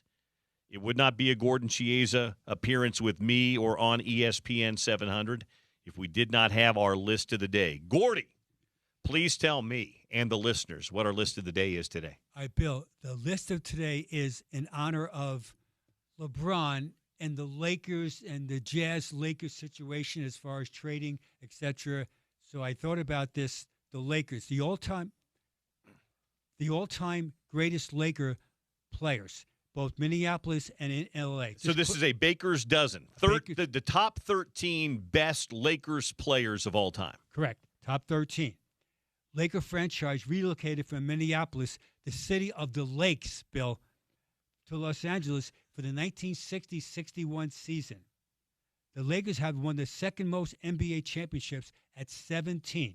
The Boston Celtics is number one at 18 crowns. The Lakers won 5 in Minneapolis and 12 titles in the City of Angels. The list below is based on the player's body of accomplishments while only wearing the purple and gold uniform. So only as a Laker. Here we go. It's like who's who. Number 13 all time. I had the privilege to coach him with the Memphis Grizzlies. Pau Gasol was a perfect sidekick to Kobe, where he had a dominant game without a dominant personality. He won 2 titles. Number 12 all-time, Michael Cooper, also in the Hall of Fame, won 5 championships. He was a generational on-ball defender. And remember, Bill, that loop pass from Magic Johnson on a lob pass and transition to Michael Cooper. Number 11, yesteryear, Hall of Famer with the Minneapolis Lakers, the first ever big man, NBA basketball, George Mikan. Number 10, lefty, southpaw. He's in the Hall of Fame. 1 championship, 6'1" knockdown shooter, Gil Gurich. He was also a Jazz man. Yes, he was. He was at the end of his career. Absolutely. He was the guy, though, that the Jazz traded to get from the as far as expansion, and they traded away the rights eventually 4 years later to get Magic Johnson. That's how crazy it was back in 1975. All right, number 9. He only played for the Lakers for 4 years, but he was impactful.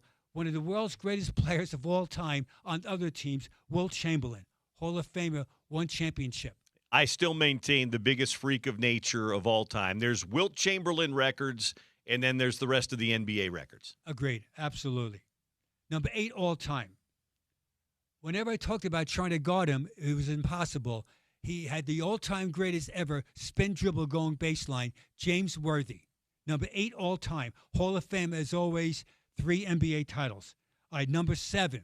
He never won an NBA title. He was Michael Jordan and Julius Erving before there were those guys. His name was Elgin Baylor. He's in the Hall of Fame. He averaged 27 points a game for his career. Once he went airborne, he was absolutely impossible to guard. Number 6, he won 3 titles with the Lakers. We all see him on television all the time. Shaquille O'Neal. He's number 6. Number 6, yeah. Number 5 all time. One of the greatest ever players in basketball. He won 1 title. He invented like the mid-range jump shot, Jerry West.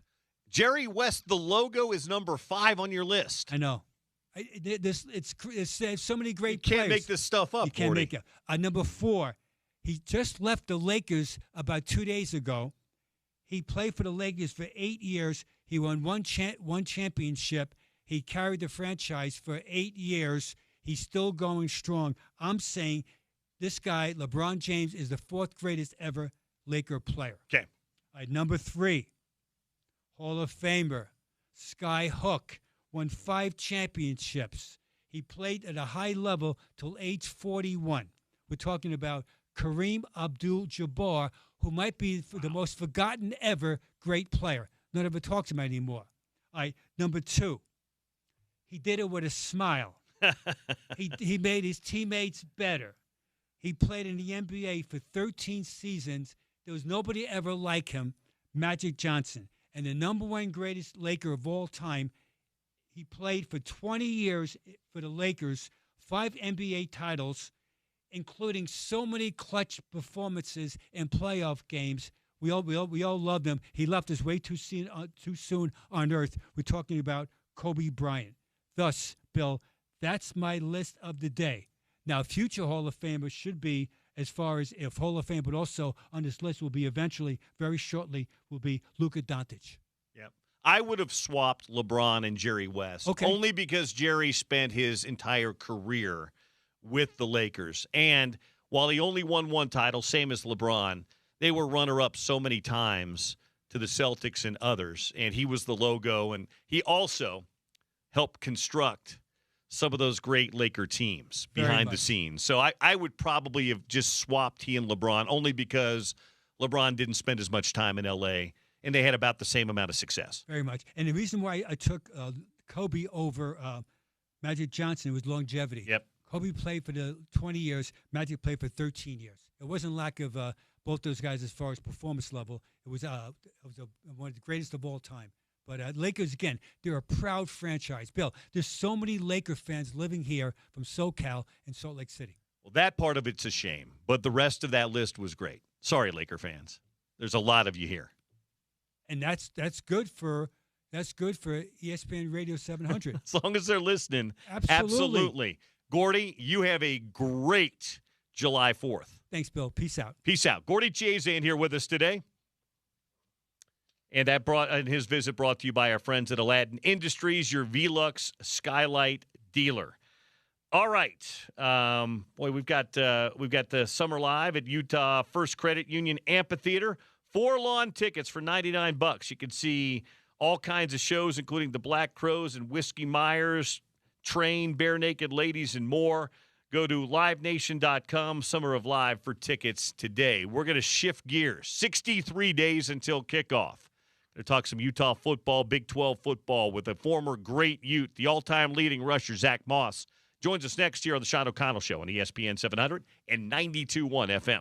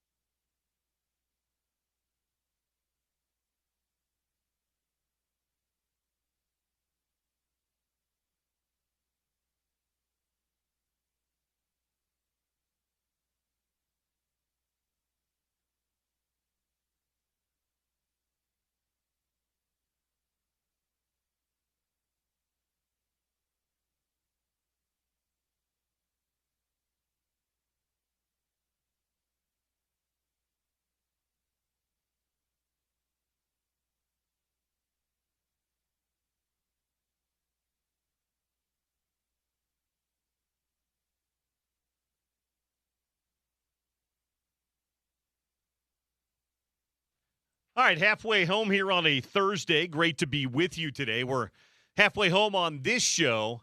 We're only 63 days until kickoff. The Utes open up their season on Thursday, September the 3rd against the Idaho Vandals. Big 12 Media Days next week. I'll be down there for the University of Utah. I think Sean and Spence are going to be down there doing their shows as well at the Star in Dallas.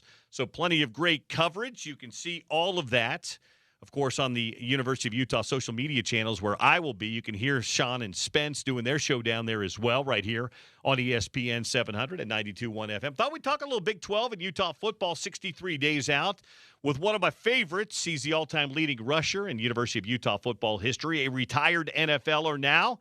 Good to have Zach Moss back on the airwaves with us. What's up, buddy? How are you? What's up, my man? Doing good. How are you been? I've been doing great. Can you believe we're 9 weeks away till kickoff? Yeah, moving fast, but that's always a good thing. It is a great thing. I said this earlier. They're not going to probably do a preseason poll in the Big 12. They stopped doing those a couple years ago after the whole Arizona State 16-1 thing. But I said if they did a preseason poll, Zach, I think Utah would probably be third in most people's mind. But as I've said the entire offseason, I don't think there's a great deal of difference between the top three, Texas Tech, BYU, and Utah. What about you? I believe the same. If you look at last year and how all those three teams, played each other, specifically Utah versus, BYU and Tech, those are very, very close games. So there's not much wiggle room between those top three. I think those three would be, pretty much everybody's top three. So, it'll come down to what those guys do when that ball gets kicked off. So my question for you, Zach, and I'm just curious where you fall on this. Last year, Utah had arguably the best offensive line in college football. They were second in the NCAA. They ran for almost 3,500 yards last year between Wayshawn and Rogers and Bray, Devin, Bird. They just ran the hell out of the football last year. Yeah. And I think that's obviously been Utah's mentality back when you played. Before that, the whole thing, the physicality at the line of scrimmage. Wayshawn's back, Devin's back, Bird is back, Bray is back, but the offensive line's going to be different this year. All five of those guys are going to be playing, or at least in camps in the NFL. What's your read on what you think the offense looks like this year with an all-new offensive line? I think the identity has to show up still. So I think that would be running the ball and being physical up front and things like that and setting the tone. So all those guys that's going to be filling those roles for the type of offensive line we had last year, there's going to be an expectation, not from that they'll do from the outside, but the inside, right? Like the coaches and running backs and the quarterbacks and things like that, for those guys to come in and, step up and fill those big shoes early on, because this team has a great shot and everything starts with those front five guys up front. So I think will we see something very similar when it comes to the productivity? That's hard to say, but I think if you can even get to, a little bit over half of that with the new weapons that we're bringing in, on the outside and things of that nature with the new offense that's going to be there, right? I think you got all the pieces still at the end of the day when it comes to the skill guys. So I think if you can get to half of that still, and then you add in different elements to, pick up some of that where you're going to be missing out on those 3,500 plus yards on the ground. I think they got a good shot. Obviously, we had to see it first with the new offensive coordinator and all that type of stuff as well. So it'll be a little bumpy at first, most likely as expected. But I'm pretty sure it's hard to mess up a good run game. Yeah, the run game was so good last year. They were the number one rushing team of the Big 12 by over 1,000 yards, or just over 1,000 yards last year, or just under 1,000 yards. They ran for 3,460, I think, and Texas Tech was at like 2,500. So I still expect Utah to run the ball and run it well. I don't know if 3,500's in the cards, but Wayshawn's back and Bray's back and Bird's back and Devin's back. Those guys can all run it. Wayshawn came up just shy of 1,000 yards last year, Zach. He wasn't like the bell cow number one guy till maybe 4 or 5 weeks in, and then they started feeding him that ball a little bit more. It's not quite like when you ran and you were getting 25 and 30-yard carries a game, but he's getting 20 to maybe 23 or 24. I think he gets 1,000 this year. What about you? I agree. I mean, I was calling for him to get the ball early in the year, just because he definitely has a skill set and the type of offensive line they had last year. There was no reason for him to not be hitting those 15 minimum carries a game. So you can see what he was able to do with the limited carries that he was getting, and still turn that into a lot of production. So I'll be very, very, very shocked if he doesn't come away with 1,000+ yards this year, and add another 12, 15 touchdowns. I think that's the expectation, he has for himself most likely. So I'm expecting a big year from him for sure. Take me into a running back's mind, a number one running back. Wayshawn's a number one back, an RB1. You were an RB1 when you were here. Other guys are going to carry it, but what's your mindset? We always hear like you kind of build that momentum as the game. The more carries you get, the more comfortable you start building it. What's a mindset of a running back one? You never want to come out, I'm guessing, maybe just to get a little bit of a drink or a blow real quick. But outside of that, in today's day and age, even in the NFL when you played there, it's very rare to see a guy get 25 or 30 carries anymore. It's usually 17 to 20. But how do you approach it as an RB1 going in? You want to carry it as much as possible, but you've got to worry about the workload? Yeah, I mean, in college, the good thing is you can have a true RB1. In the NFL, there's a lot more politics that kind of go into it on that aspect of things. But that's why it's hard you don't really see that anymore, even though a lot of guys in that league are very capable.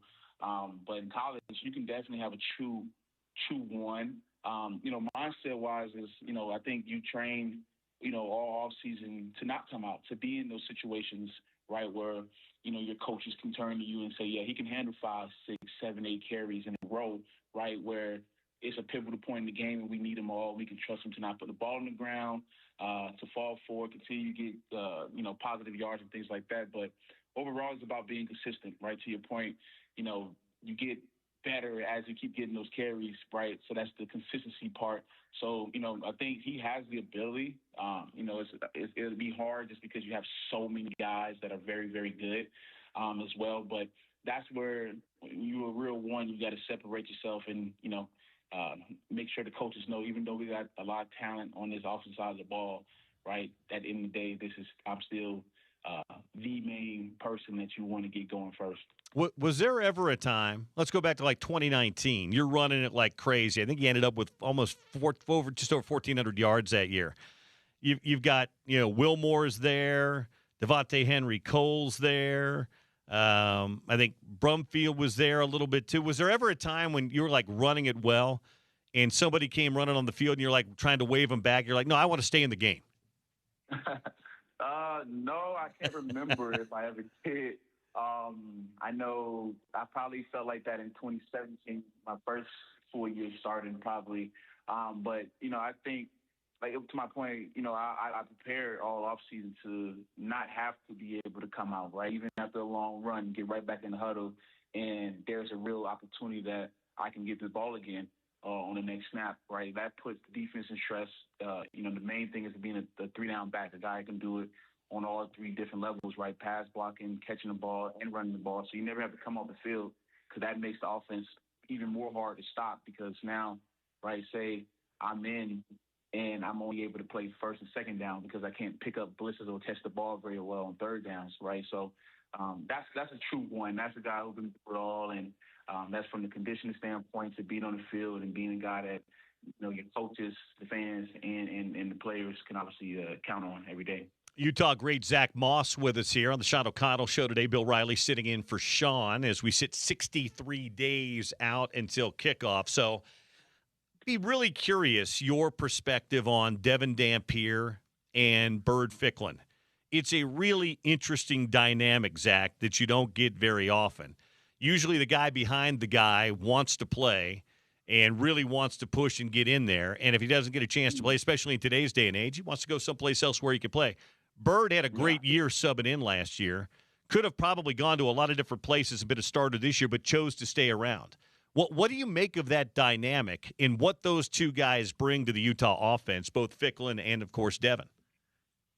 Yeah, I mean, first, that's, a real commendable thing that Bird did, right? Because obviously a lot of players, right, 95% of players would have just taken, especially especially in the NIL world right now, right, would have taken, a better offer, whatever it may have been, right, playing time and all this type of stuff. But I think that just speaks to the character of both guys, right, because Dampier all season long, and I've never spoken to him, but just watching all season long, he was never an eye guy, right? Especially sometimes at quarterback when obviously you want to go play in the NFL and things of that nature. And a quarterback, they never want to share the spotlight. They never want this coaching staff to see what the other guy can do. And you'll hear a lot of football players always say that you never want to come off the field because you never know, right? But he always was, he wanted Bird to come in and play a big role to help. And that just comes down to winning. I think both of those guys at the end of the day just care about winning. And, that's a real selfless thing that you don't really find anymore in this landscape of football and the era we're in right now. It's just guys just being super selfless and not caring about all the other outside noise and things like that.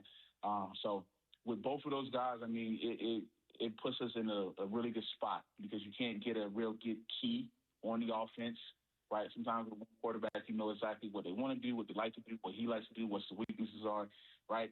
And when you're trying to game plan for quarterbacks, that is very, very hard because you only get so much time during the week for practice. And now you got to figure out, okay, how do we strip, 15 plays for this quarterback and then 15 plays for this quarterback? And then you add in the running ability from both guys are super dynamic. That just makes it very, very hard. I think that's going to be a big thing that they're going to lean into, which they definitely should. And it'll make a lot of mismatches for our offense this season. I agree. Zach Moss with us here on the Sean O'Connell Show today. As a guy that ran it really well, more and better than anybody in Utah football history, these two guys run it well. Your guy Snoop could run, but he didn't look like a running back running.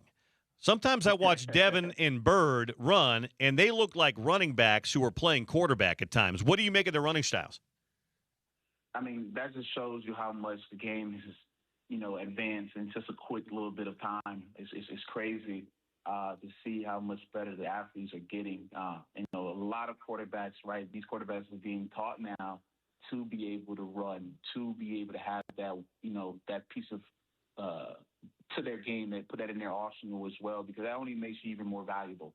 The traditional pocket passing quarterback, right? That's kind of dying off a little bit. All these guys are such great athletes, and you've seen that in every position, not just the quarterback, defensive ends, tight ends. Look at the NFL combine and guys, tight ends, 250 pounds running 4.5, 4.4s, things of that nature. So, I think it's something that we definitely need to get used to because these kids are now being taught that. And Bird and Dampier are just great athletes in their own right. So, it's a special thing to watch because, I forget what game it was, or maybe Colorado, where, they were just tearing it up. And I'm just like, this is ridiculous because as running back, if I'm Parker, you love having a running quarterback because it opens up the box. So now you only got to beat one dude most of the time. And then, it's a bad thing, too, because sometimes, they want to run it, too, and they pull the ball out your hands sometimes. It's true. That's the one challenge I think Kevin McGivern's going to have this year as the new OC, Zach, is he's got a lot of guys that can be dangerous weapons, whether it's Dampier or Parker or Ficklin or Daniel Bray or Nate Johnson or Hunter Andrews. And then you've got that whole new group of wide receivers, which might be the biggest and deepest group they've had in a long time. Guys like Larry Simmons, who's back, but then you factor in Creed Whittemore and you factor in Braden Pagan and Kyrie Scholes. There's only one football, right? There's only one football, Zach, and they got to find a way to get in a lot of people's hands. Yeah, it kind of reminds me of just a little bit of the Philadelphia Eagles offense, where it's just you have so much talent. Obviously everything runs up front with the offensive line and having the running backs in the backfield and very talented dual threat quarterback. And as you said, that the biggest thing this offseason that I was hoping for was to get that receiving game going. So he's going to have a very, very interesting time trying to figure out how to keep all those guys happy. Like I said before, though, I think they got lucky because the head of the snake with Dampier and Bird, being the two leaders of the offense, quarterbacks, and being selfless and showing that each and every day is going to only trickle down into all those guys. So, as long as they play as a group, everybody looks really good when you play as a group. No, it's never one person that makes anything go. It's always the group. Yeah, that's what I was going to bring up, and I'm glad you touched on it. When you've got the two quarterbacks and they're selfless and it just has to fall in line, because if your leaders are doing that, everybody else has got to do that too, or the rest of the room kind of pushes you aside, don't they? You don't want to be the guy that steps out of line and says, "Hey, get me the ball." Exactly. Yeah, you don't want to do that. And I think they got. I think that's why Coach Scally wanted to have both of those guys and let them know their plan and things like that, because like you said, you don't want to be the guy that steps out and says, "Oh, be the I guy," right? It's all about the team, and that's what all Utah football is about. Before I let you go, what's the one thing when fall camp comes rolling around that you're going to be keeping your eye on? As we got 63 days till kickoff, but there's always questions heading into camp. So what's the biggest question on Zach Moss's mind? I think the passing game. I was pretty vocal about it last year to some degree. I think those were, if you look back at it, the Tech game, well, we played extremely well for the first 3 quarters, right? But they shut us down the run game. You couldn't get any vertical pass game going, and they were able to do it late in the game. And then you go back to the BYU game. I remember being there on the field, and I'm looking at the safeties super low. It was almost like another linebacker down there, just because they knew we wanted to, only throw 5-yard routes, and we had no real vertical threats. So I think the biggest thing for this offense is to take a leap. Everything else is going to figure itself out, right? You got the athletes, you got the scheme when it comes to the run game and things of that nature. I think the passing game is something that takes a lot of time and a lot of work. That could be tricky depending on how you use it. 2 quarterbacks, whichever one you feel is maybe probably, better at throwing the ball, or hopefully, kind of equal. That would be nice. So the passing game for me, and giving us somebody becoming a real true vertical threat, which we have not had.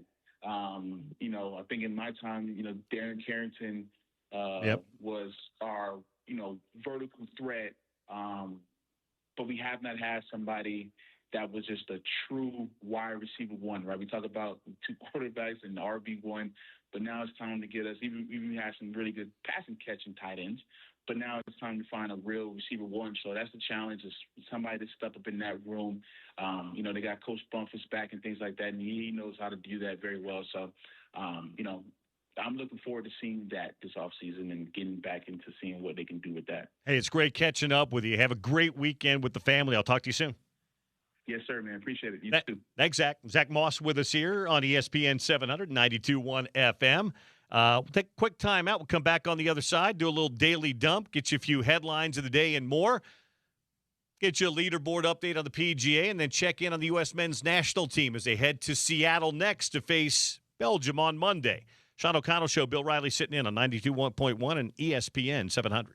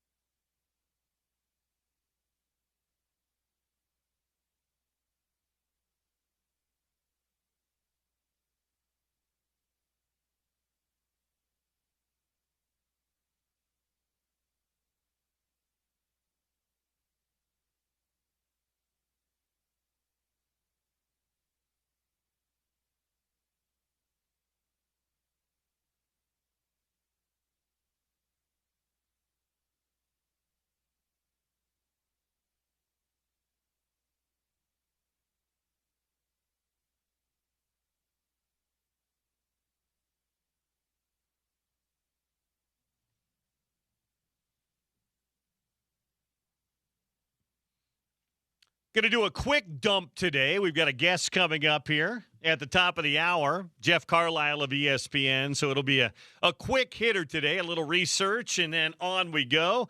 Daily Dump brought to you by Valley Plumbing, Heating, and Cooling.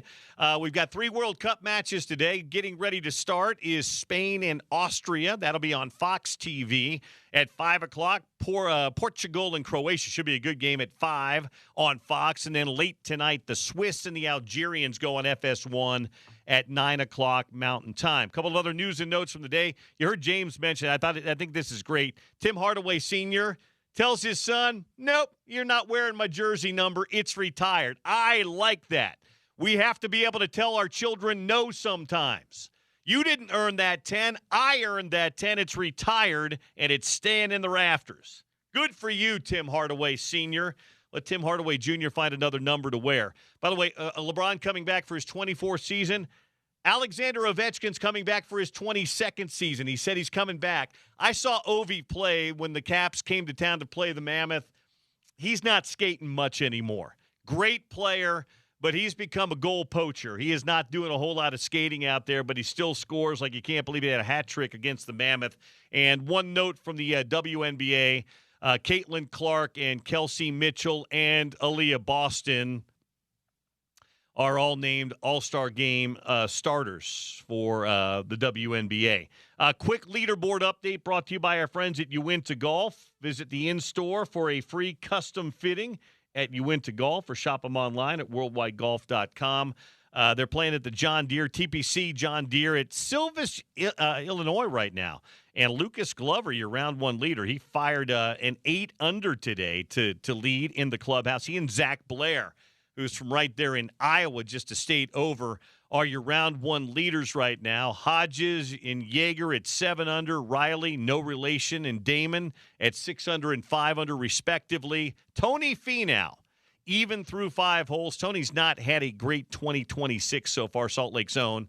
He is tied for 73rd at even par right now. That leaderboard update brought to you by Uinta Golf. And just a reminder for you, Zach Top is taking over Utah First Credit Union Amphitheater next Thursday, July the 9th. Spence going to send you out to that, your concert buddy, to the show.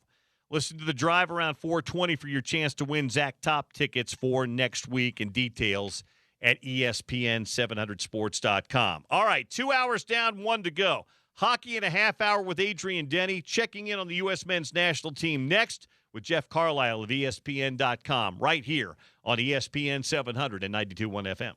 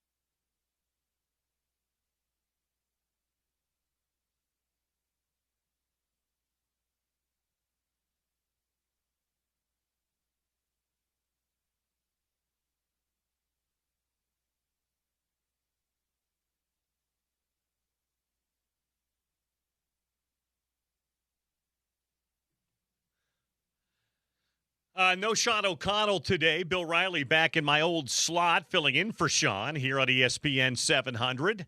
2 hours in, 1 hour to go on this Thursday, and World Cup is fired up for this Thursday. The first of three matches down at SoFi today in Los Angeles. Spain and Austria going at it. They're in the third minute, just underway and scoreless. We'll follow that up with Portugal, Croatia, then Switzerland, Algeria. Some good matches today. United States advanced in a knockout round game last night. First time since 2002. Took down Bosnia 2-0 last night. Had to overcome a little something to get it done. The red card to Flo Balogun.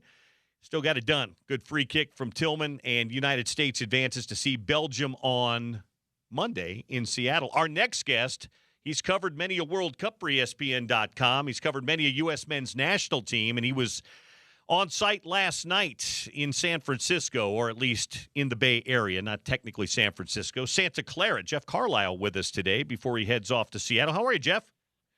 But you could just kind of see the press beginning to take its toll as the first half went on. They were starting to create more and more opportunities out of that. They were starting to create more and more opportunities out of that. And then they finally got a breakthrough. But, obviously the red card to Flo Balogun changed everything. And, it looked like the U.S. was managing the game pretty well.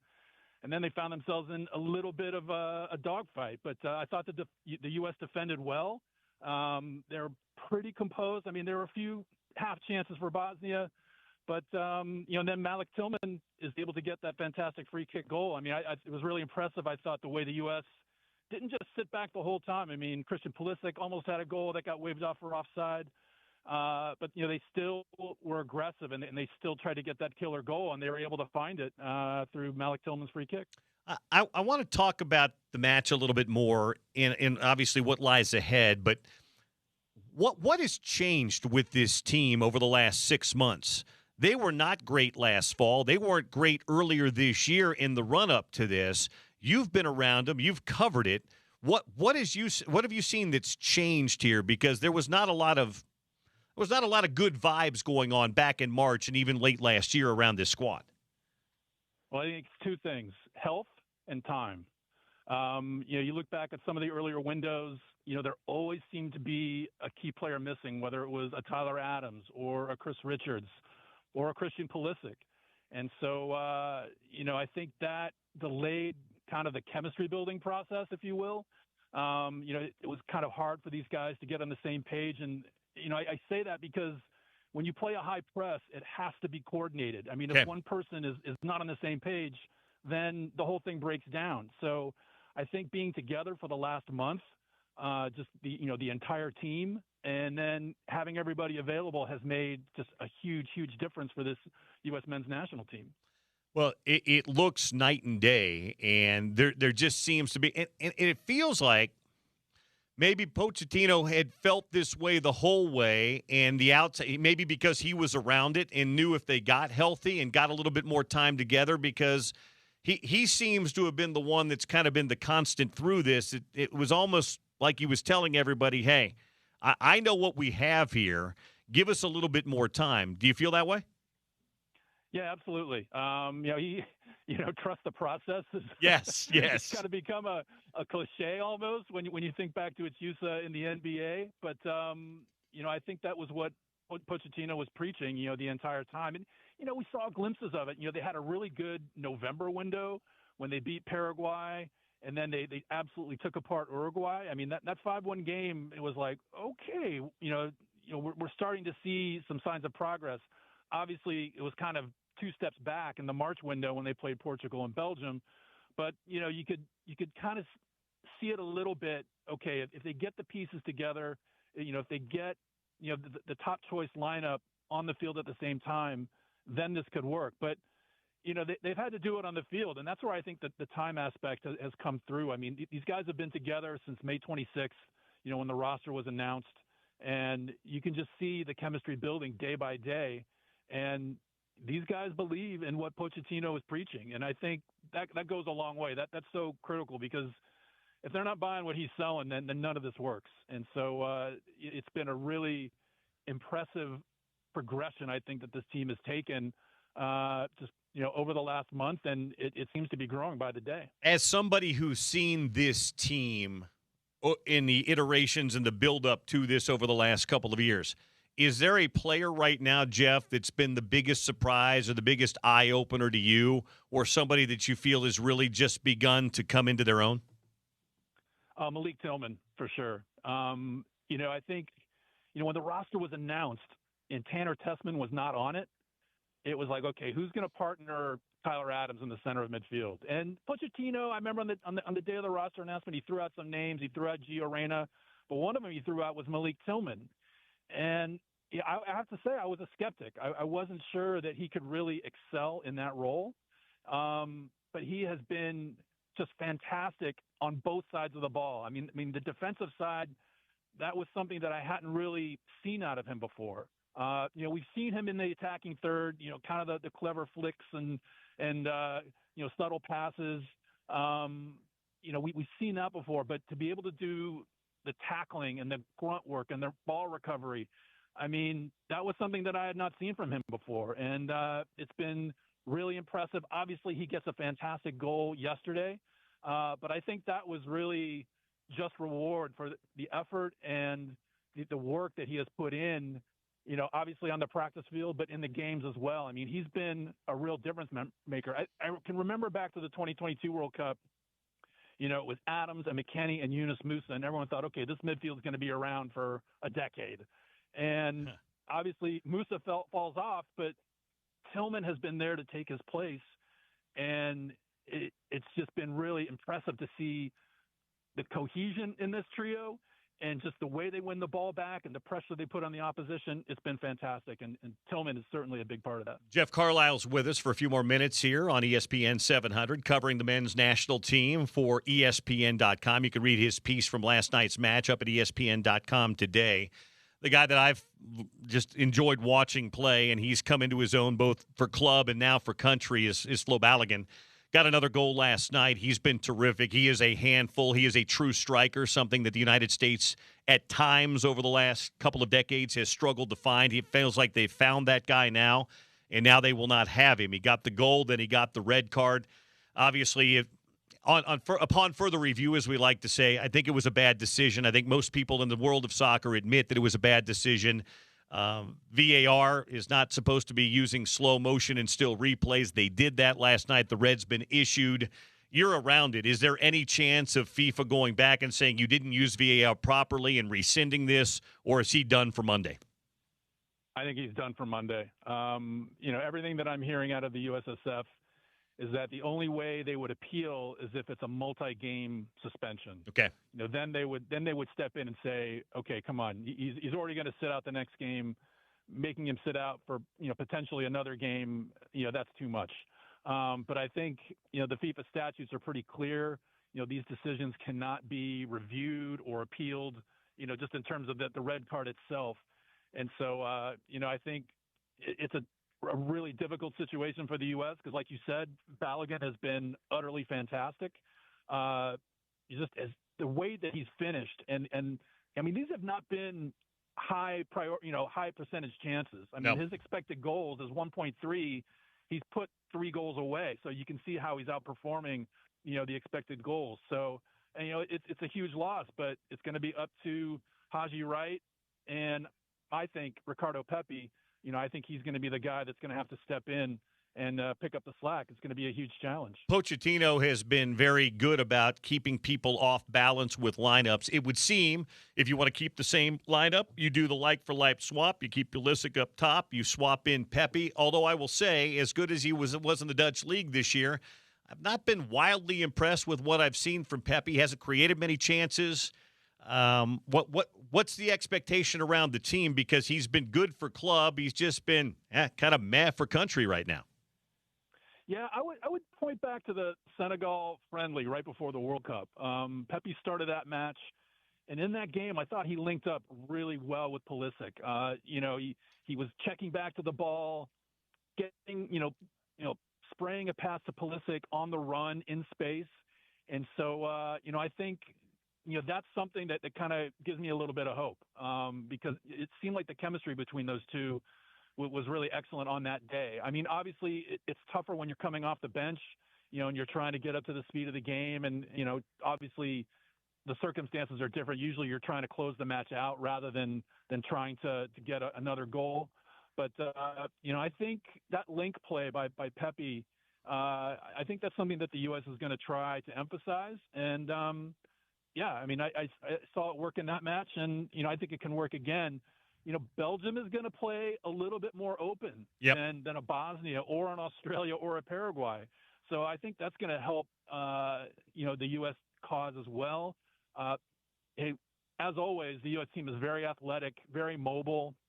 We'll see, how Belgium is able to cope with that. I think it's going to pose an interesting challenge for the Belgians. Let's just say that. And so, again, Balogun's a huge loss, but, I think there's some ways that Pepe's link play can be exploited and used by the U.S.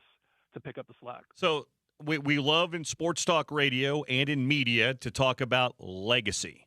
Christian Pulisic, he is Captain America. He has been the face of U.S. soccer for maybe not quite a decade, but pretty much coming up on it. He was the golden boy and anointed that way. He has been, at times, very good, but this is the biggest stage, and this is kind of his time. With Balogun out in maybe the largest and biggest match he's ever played in, certainly for country, is this the time for Christian Pulisic to step up and kind of say, okay, we've seen other stars, the others that are being promoted in commercials and the names we know, step up in this World Cup. Is Monday night Pulisic's time? Absolutely, but it's going to have to be other players' time too. I mean, he can't do it by himself. Soccer, I think, is in many ways the ultimate team game. There's so many moving parts on the field at any given time. And, it's not like Pulisic is going to dribble half the length of the field and be able to score a goal on his own. So, it's going to take, that midfield trio of Adams and Tillman and McKennie. They need to step up. Serginho Dest is going to have to be a threat on the other wing. He's very tricky, very creative. And so I think if those guys can step up, then that's going to bode well for Pulisic. I mean, they have to play well for Pulisic to play well, I think. I would agree with you. And when I say step up, that doesn't necessarily mean have a brace, a hat trick, whatever it might be. But to me, he's the creative drive of this team, even when Balogun's there. And so for me, he had that great first 45 minutes against Paraguay. And I know he's worked his way back. And I know that Bosnia plays a style that's hard to be wide open and creative. They lay in that back block and they get physical with you. I don't think Belgium's the same way. And to your point, I think it might be a match that we are able to see that athleticism and that creativity of a McKennie, of a Dest, and certainly of a Pulisic on display on Monday night. Absolutely. And don't forget the outside backs. I mean, Anthony Robinson and Alex Freeman have both been very good in this tournament. I think they've picked their spots to go forward very astutely. Their timing, I think, has been impeccable. I think we can still see more out of Anthony Robinson. I think he's got a little bit more to give on the attacking end. And I think this game against Belgium could be a real opportunity for him to do that. The last time these two teams met in a World Cup, it was 12 years ago. It was the beginning of the golden generation for Belgium. We're in the heart of kind of the golden generation for the United States. The Belgians are aging out, but still very good. The Troussards, the Dokus, the Tielemans, the Lukakus, the Courtois, they're at different stages, the De Bruynes. What's your expectation based on what you've seen, and how much do we read into the 5-2 decision back in March? I don't think you read anything into that game. I mean, certainly you can let me rephrase. It's a data point. Yes. I mean, Jeremy Doku was absolutely lethal in that game. The U.S. did not know how to stop him. So I think that's going to give them, a boost just in terms of knowing, okay, this didn't work. Here's some things that can work. And the U.S. was missing some key players in that match. I mean, if memory serves, no Tyler Adams, no Chris Richards, and I think you had and no Alex Freeman, I think, on from the start. And so, I think this lineup, this preferred lineup that Mauricio Pochettino has, the pieces just fit well together. And I think back in March, the process of creating that puzzle, examining it, figuring out which pieces fit together, that was still going on. So I think the U.S. is in a very different place than it was back in March. And, I think they're going to give Belgium a much tougher game than we saw, in that particular window. I thought Senegal's athleticism really bothered Belgium yesterday. Can the United States athleticism do the same thing? Absolutely. I think especially in midfield, certainly Trossard and Tielemans, those guys are in the Premier League for a reason. Yes. And so, they're very capable and, excellent players that were able to step up in a big moment and be able to really rescue what was looking like a dire situation for Belgium. So, but I think, especially, again, getting back to Anthony Robinson and Alex Freeman, those guys I think can really trouble Belgium kind of in unexpected ways. You look at the U.S. attack and you're thinking, okay, Pulisic and Dest and, McKennie, but I think that those outside backs can really cause some unexpected problems and give the U.S. the element of surprise in terms of when they get forward. So, I think that's going to be something to watch. And, to get back to your original point, absolutely the U.S. athleticism can cause them problems. And I think that's going to be one of the more interesting matchups, between the two teams on Monday. It's great to be a host country, great to be a host team. Could the United States ask for a better venue for Monday night than Seattle? Absolutely not. Obviously, I was there for the Australia game. I've been going to games there for years. I remember, the Sounders winning the CONCACAF Champions Cup. I think it was 3 years ago now. And the crowd support has always been amazing. I think the turf issue as well as the distance has kind of worked against them in terms of not hosting more U.S. games. But this is just going to be a fantastic opportunity again for the city to show itself. Listen, that national anthem when they sang it in Seattle for the Australia game, I got goosebumps, and I expect the crowd support to be even a notch or two higher if that's possible. But just an amazing venue, amazing city, and it's going to be a situation where the U.S. can have no excuses. Everything is going to line up for them in terms of the venue and in terms of just having that crowd support. And, Balogun's missing, but, it's time for a guy like Pepe to step up. So, there are a lot of things working in the U.S.'s favor. I would agree with that. Before I let you go, is Pochettino back? Ooh, I don't think so. He's talked so much about loving the Premier League. There's been a lot of talk about the culture of the game in this country. And, some of the criticism's legit, but some of it is just different. And I think, sometimes you just got to accept that some things are the way they are and aren't going to be changed. Doesn't mean they can't be improved, but, soccer in this country is what it is. So I would love for him to come back. I think he's done a fantastic job, but I think his heart is in Europe, at the highest levels of the club game. But the USSF is going to do everything they can to keep him. They're not going to just kind of throw up their hands and give up. They're going to put in every effort that they possibly can to keep Pochettino around. If he does leave, where do you turn if you're U.S. Soccer? Ooh, that's a good question. Do they splash the cash again? Do they try to go for, a Didier Deschamps? Do they try to go for a Jurgen Klopp? I think, Klopp has got his eye on the Germany job right at the moment. So I think that's a super long shot. If I'm thinking American options, I think Steve Cherundolo would do a fantastic job. Obviously he's been a player for the national team. I think he's got enough coaching calluses, if you will, to have the experience needed to be able to take on that role. But, I think the USSF is kind of enamored with the big name at the moment. So, I think they probably go down that route as opposed to hiring a domestic coach. I think Cherundolo's also got the resume, having played overseas and obviously representing the country as well. Wouldn't be a bad American option. But, hey, if you can splash the cash and get somebody like a Didier Deschamps, that would be something. But yeah, if you advance and get to a next round and then end up getting beat, but whoever gets the job, the program is in the best position I think it's probably ever been in for somebody. And my last thing for you, Jeff, is this the best U.S. soccer's ever been in from a talent standpoint, from a vibe standpoint, from the country? You've covered this nationally in this for a long, long time. Has U.S. soccer ever been in a better position than they are right now? I'd have to say no. I mean, I think when you add it all up, I think the resources behind the team are immense.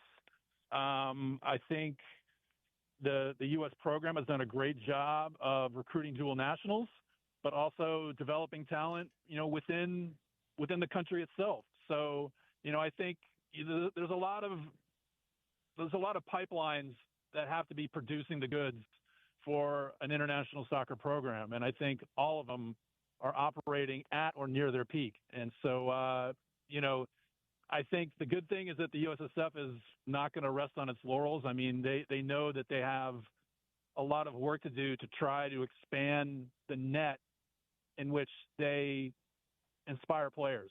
They're trying to make the game more accessible. I mean, that's been a long time criticism of the sport in this country, a legitimate one, in my opinion. I think too many kids are just priced out of the game before they even get a chance to go to an academy or a high-level club. So, kudos to the U.S. for trying to address that. We'll see how effective it is, though. People have tried before and not been able to make much headway. So it's a huge challenge, but, I respect what the USSF is trying to do and again, trying to expose more kids to the game and really make it the top sport in the U.S. Jeff, thanks for coming on. It's great catching up with you as always. Been too long. Safe travels to Seattle. Keep reading your stuff. Appreciate it. All right. Anytime, Bill. There you go. Jeff Carlisle with us from ESPN.com. Covered the game last night in San Francisco, heading to Seattle. It's Monday night. The U.S. men's national team in Belgium in the quarterfinals, or the round of 16, as they like to say. And it should be a lot of fun. And if they win, they likely get Spain, who, by the way, is 0-0 with Austria right now at the first half hydration break. No hydration breaks in hockey. Don't need them. On the ice, it's cool, it's nice, and the Utah Mammoth making some moves this summer. Adrian Denny's going to join us between the pipes in studio next, right here on ESPN 700 and 92.1 FM.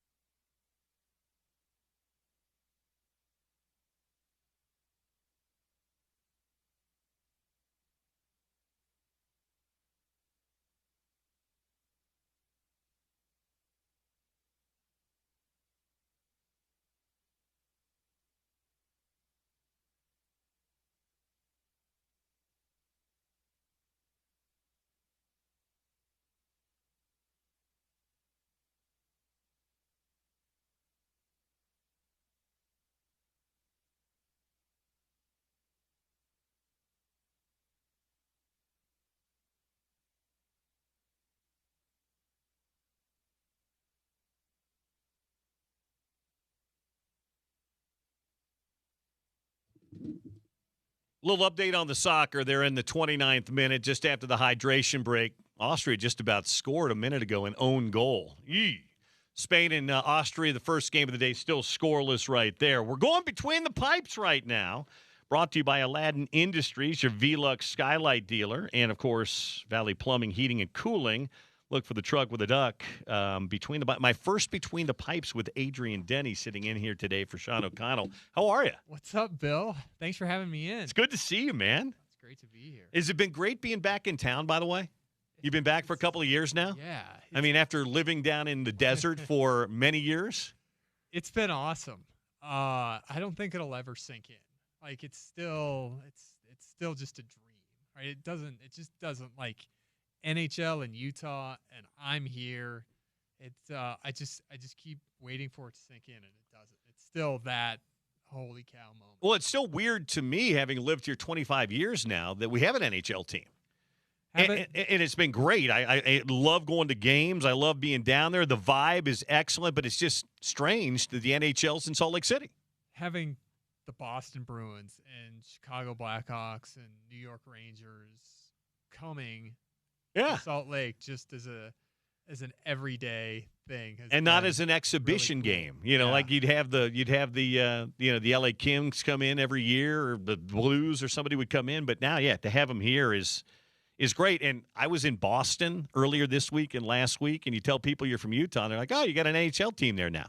People recognize it. It's not just, oh, yeah, isn't that where the Jazz and the Tabernacle Choir are? Now there's an NHL team here. And when you go to NHL cities, they know there's an NHL team in Salt Lake City. And word spread fast, I think, amongst the players in the NHL community. Like, okay, this is a spot. Like, first of all, right, Smith Entertainment Group just goes all in, all out on everything.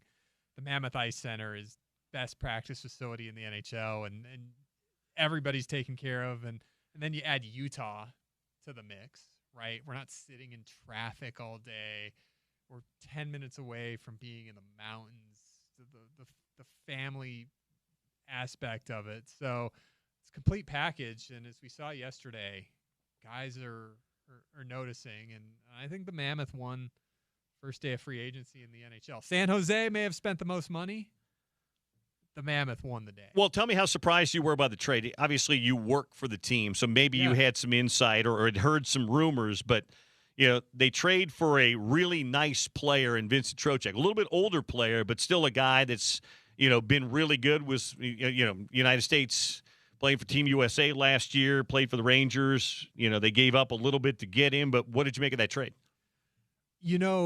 At the trade deadline last year, he was one of the top 3 guys that was coveted. And the Minnesota Wild have been the team in the last year or so that's pretty much, gotten everybody. Quinn Hughes, best defenseman in the NHL. They got him from Vancouver. They took some more swings at the deadline, and they've been really, really aggressive. They spent a lot of money. Kirill Kaprizov's the highest paid player in the NHL going into this year, $17 million a year. So Minnesota has kind of been the team that's been getting everybody. And Minnesota was, reportedly at the deadline and after going into free agency and starting things off for 26-27, the prime location for Vinny Trocheck, as you mentioned, an Olympian.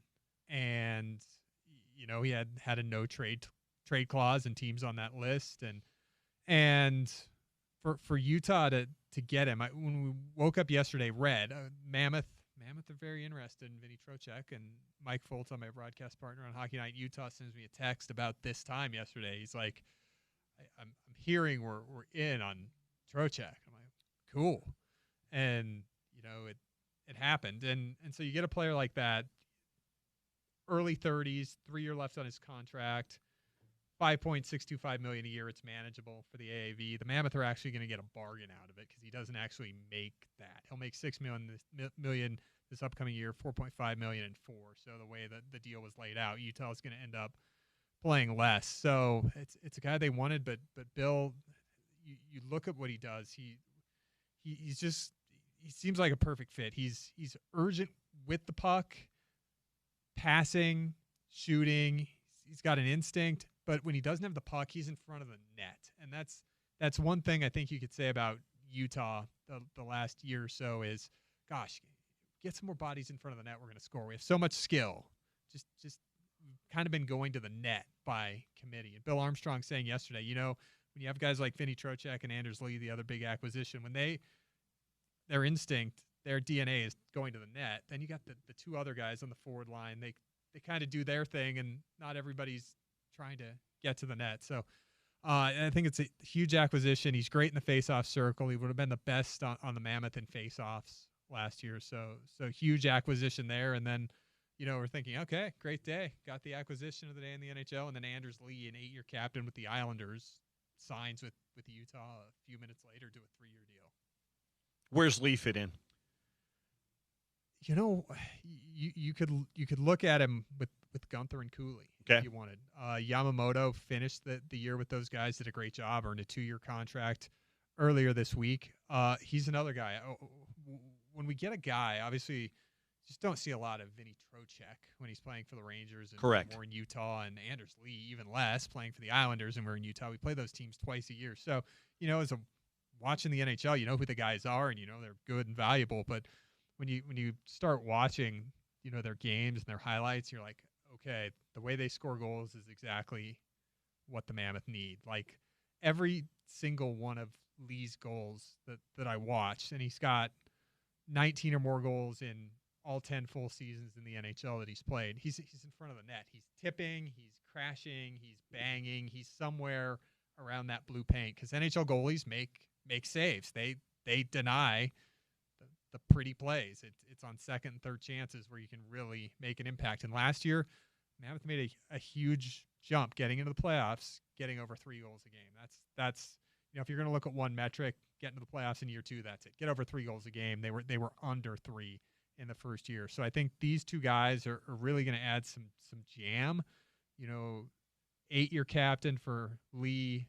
Trocheck, an alternate captain's been in the conference finals twice in the last 5 years. They both play, they're pretty durable, and Trocheck's a guy that's just kind of, he's 5'11", so he was a 3rd rounder. That's why he wasn't a first rounder, but he's just got the reputation of just kind of being a dog out there. And Lee, I've heard nothing but unbelievable stuff about his character and what a captain he was, and he won the NHL award in 2024, the King Clancy Award for leadership on and off the ice and in the community. So I think when we went down to the Ice Center last night and heard from President of Hockey Operations Chris Armstrong and GM Bill Armstrong, pretty happy guys. So they make 2 big splashes on day 1.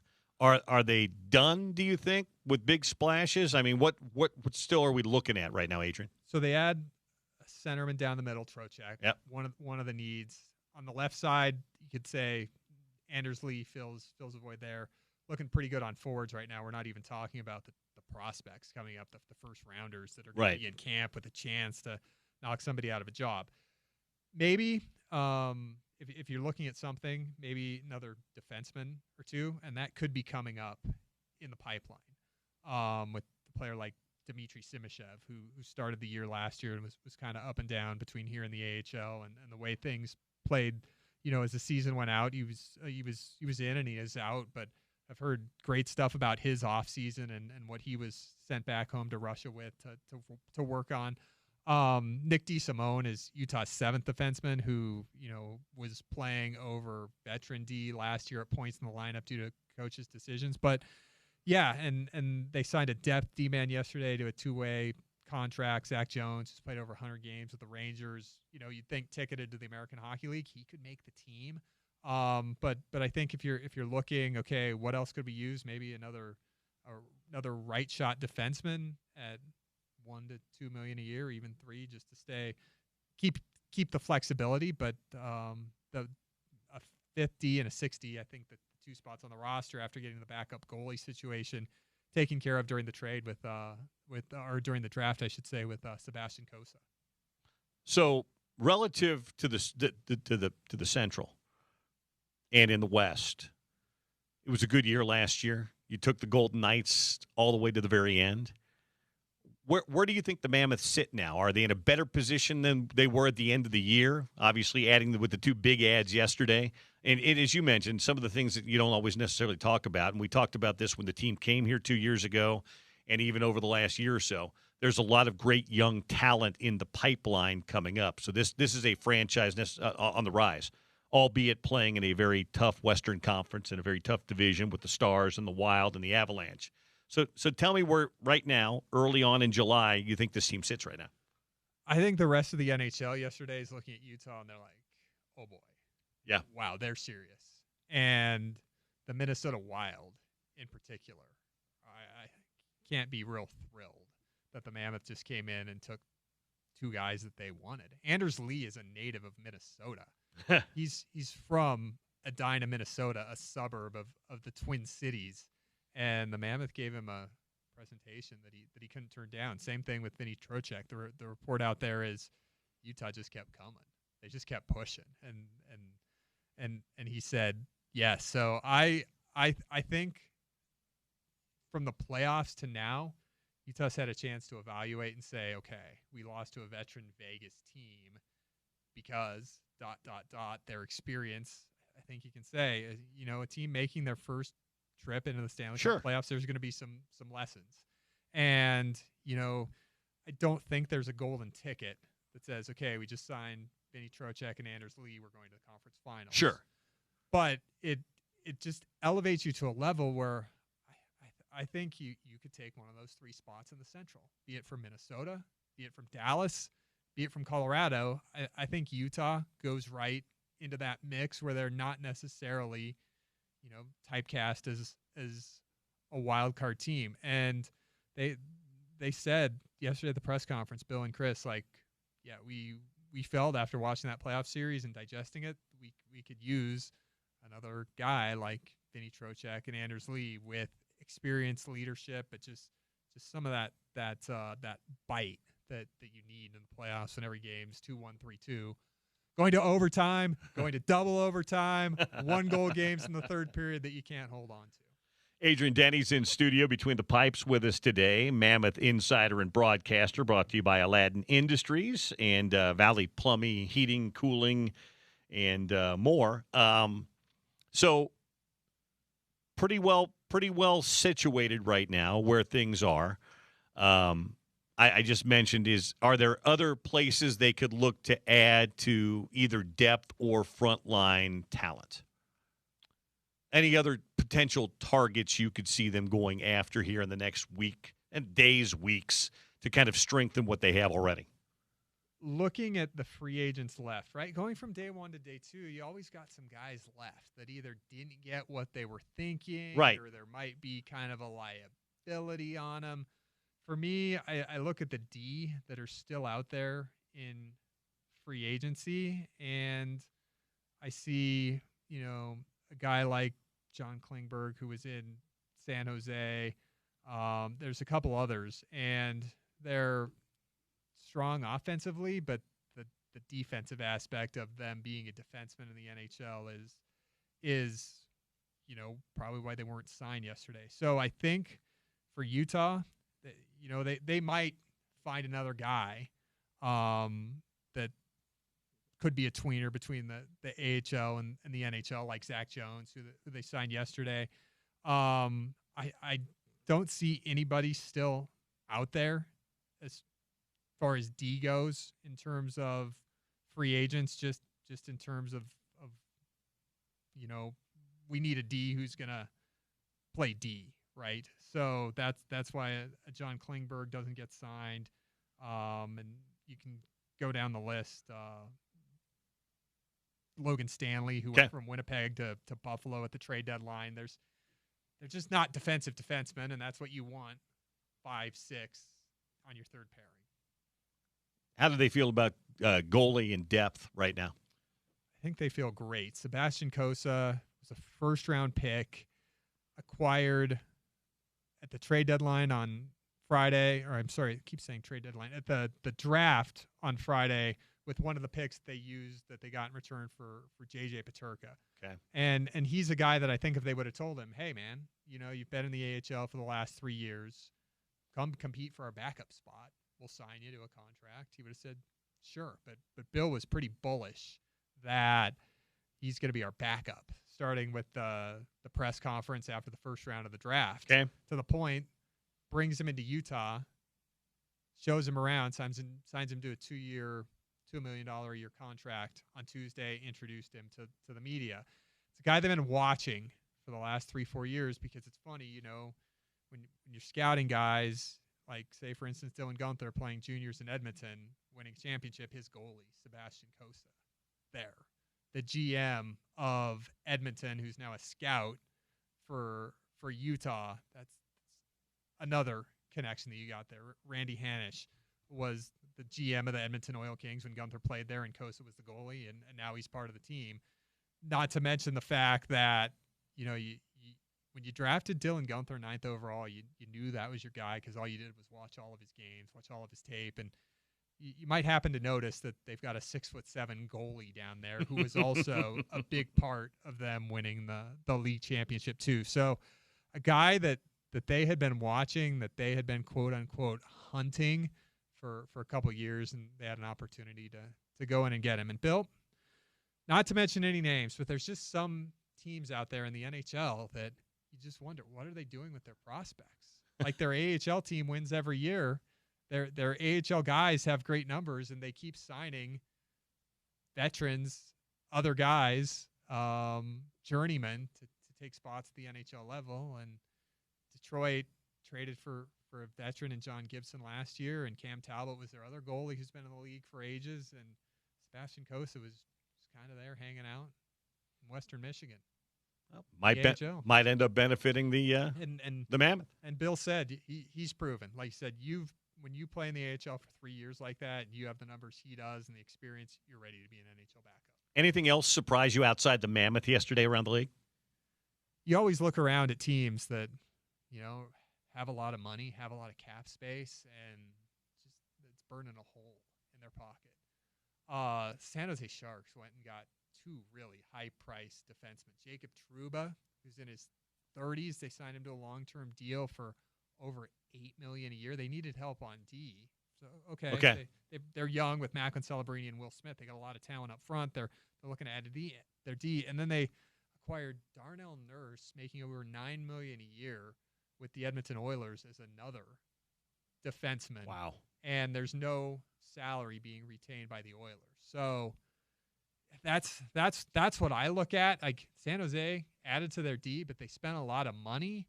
And, Bill Armstrong's always kind of been a nibbler when it comes to, that first day of free agency. And he made some moves yesterday, but San Jose is kind of where the Mammoth have been in the last couple of years, kind of just missed the playoffs this year, kind of ready to make that move. And you kind of wonder, oh boy, did that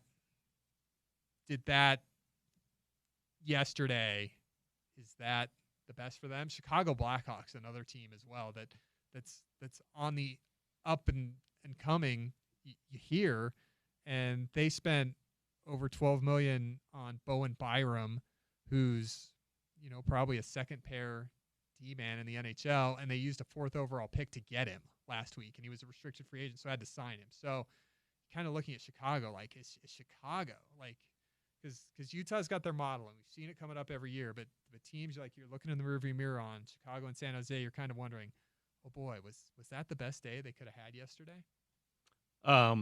Alexander Ovechkin coming back for a 22nd year. I was at the game when the Caps came to town this year. He had a hat trick. Yeah, didn't skate a lot, but he had a hat trick. That was a game that for the Mammoth was like, I don't want to say a scared straight moment, but they had a meeting after that contest the next day at the Ice Center, and they're like, we haven't made the playoffs yet, and this is what we need to do to get into the playoffs. And they won 5 straight games and clinched that spot. But that game was a brawl too, by the way. That was it wasn't what the Mammoth were hoping that it'd be. And Tom Wilson got under everybody's skin, and as he does. And the Mammoth unraveled from a discipline standpoint. It just wasn't what you were hoping for when Alexander Ovechkin comes in on a Thursday night in March, and it's a huge game at home. So to bring it around, like, as you said, when he's got the puck on his stick, he's terrific. Yeah, he scored 5 goals in 2 games at the Delta Center. So for however long that he does this, Utah fans have seen some pretty good performances from him in his 2 games, and I'm glad he's back because he's like Sidney Crosby. Yeah.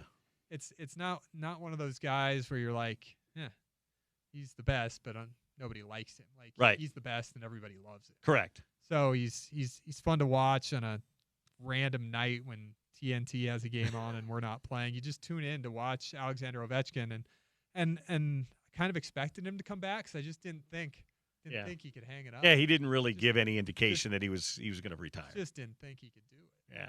We need him. I think the other thing that I saw yesterday that caught my eye was Bobrovsky leaving Florida to go to Toronto.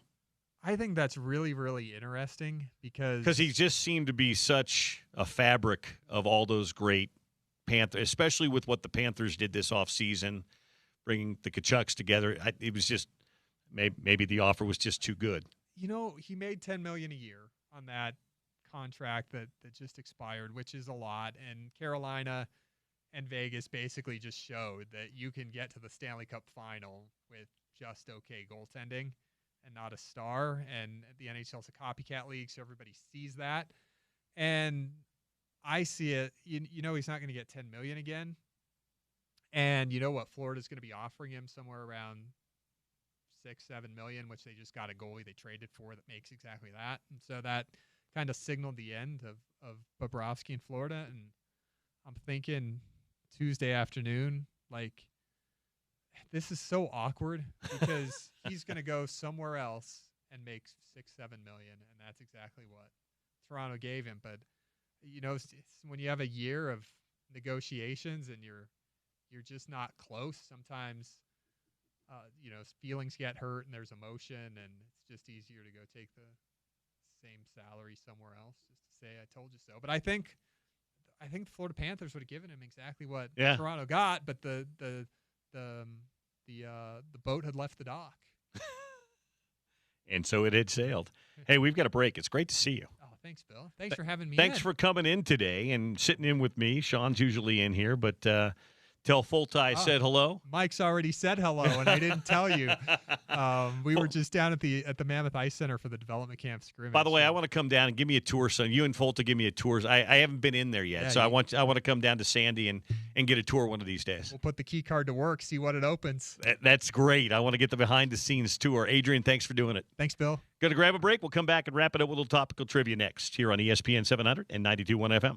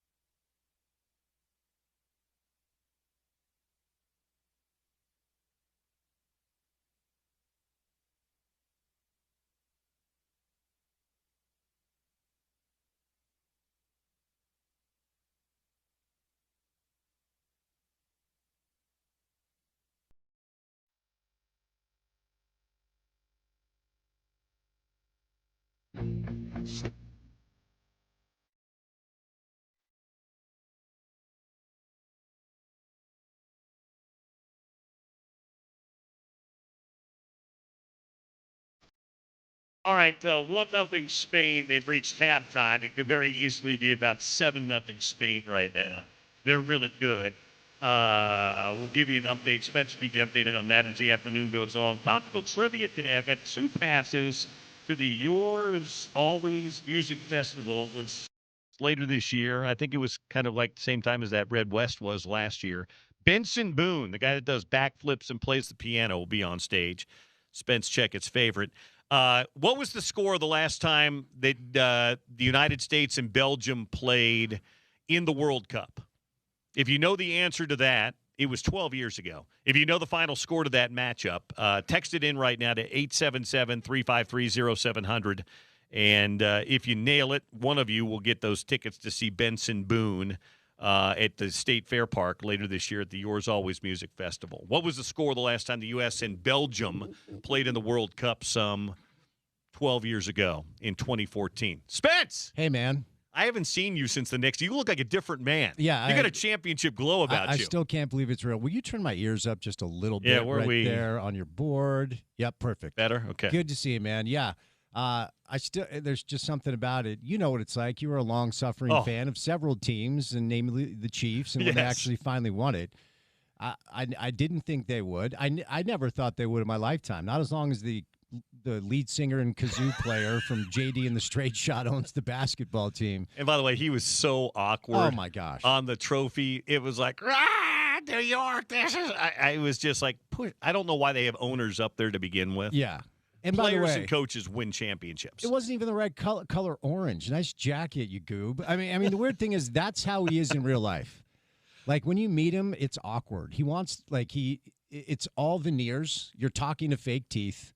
And, for years and years and years, he used heavy sedatives because he was so awkward in social settings. And now that he's sober, he's even more awkward in social settings. So respect for getting sober and all that. But there's something so uncomfortable about talking to Jim Dolan. And now the entire world has seen it because it wasn't just the championship trophy celebration. Then it was the parade where he decided to take the oxygen out of the entire city. Yeah. But look, bottom line is I am one that will fully admit when New York wins something, there's a lot of extra New York that people get tired of. And I think it makes a lot of people hate the Knicks or the Yankees or whatever.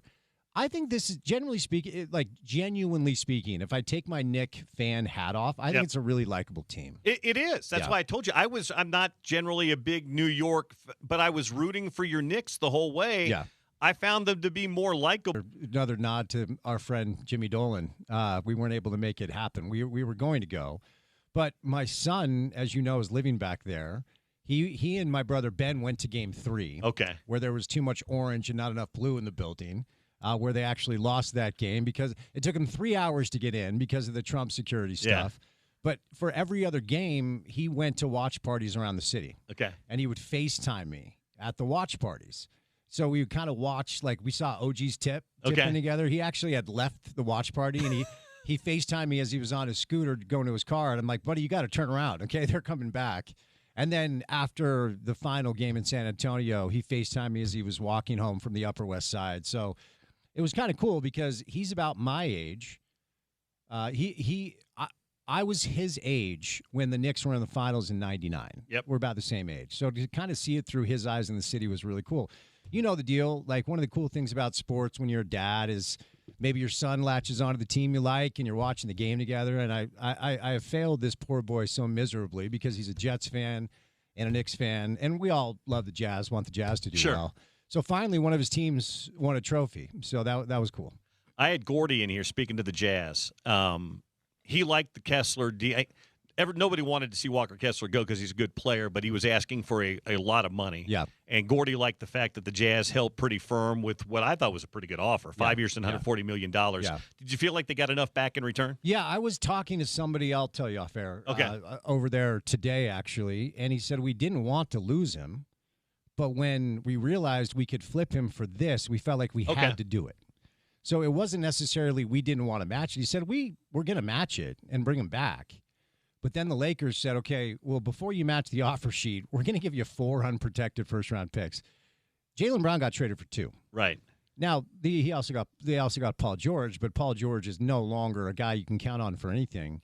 So, they gave away a lot of capital for Jaren Jackson Jr. Now they restock that cupboard.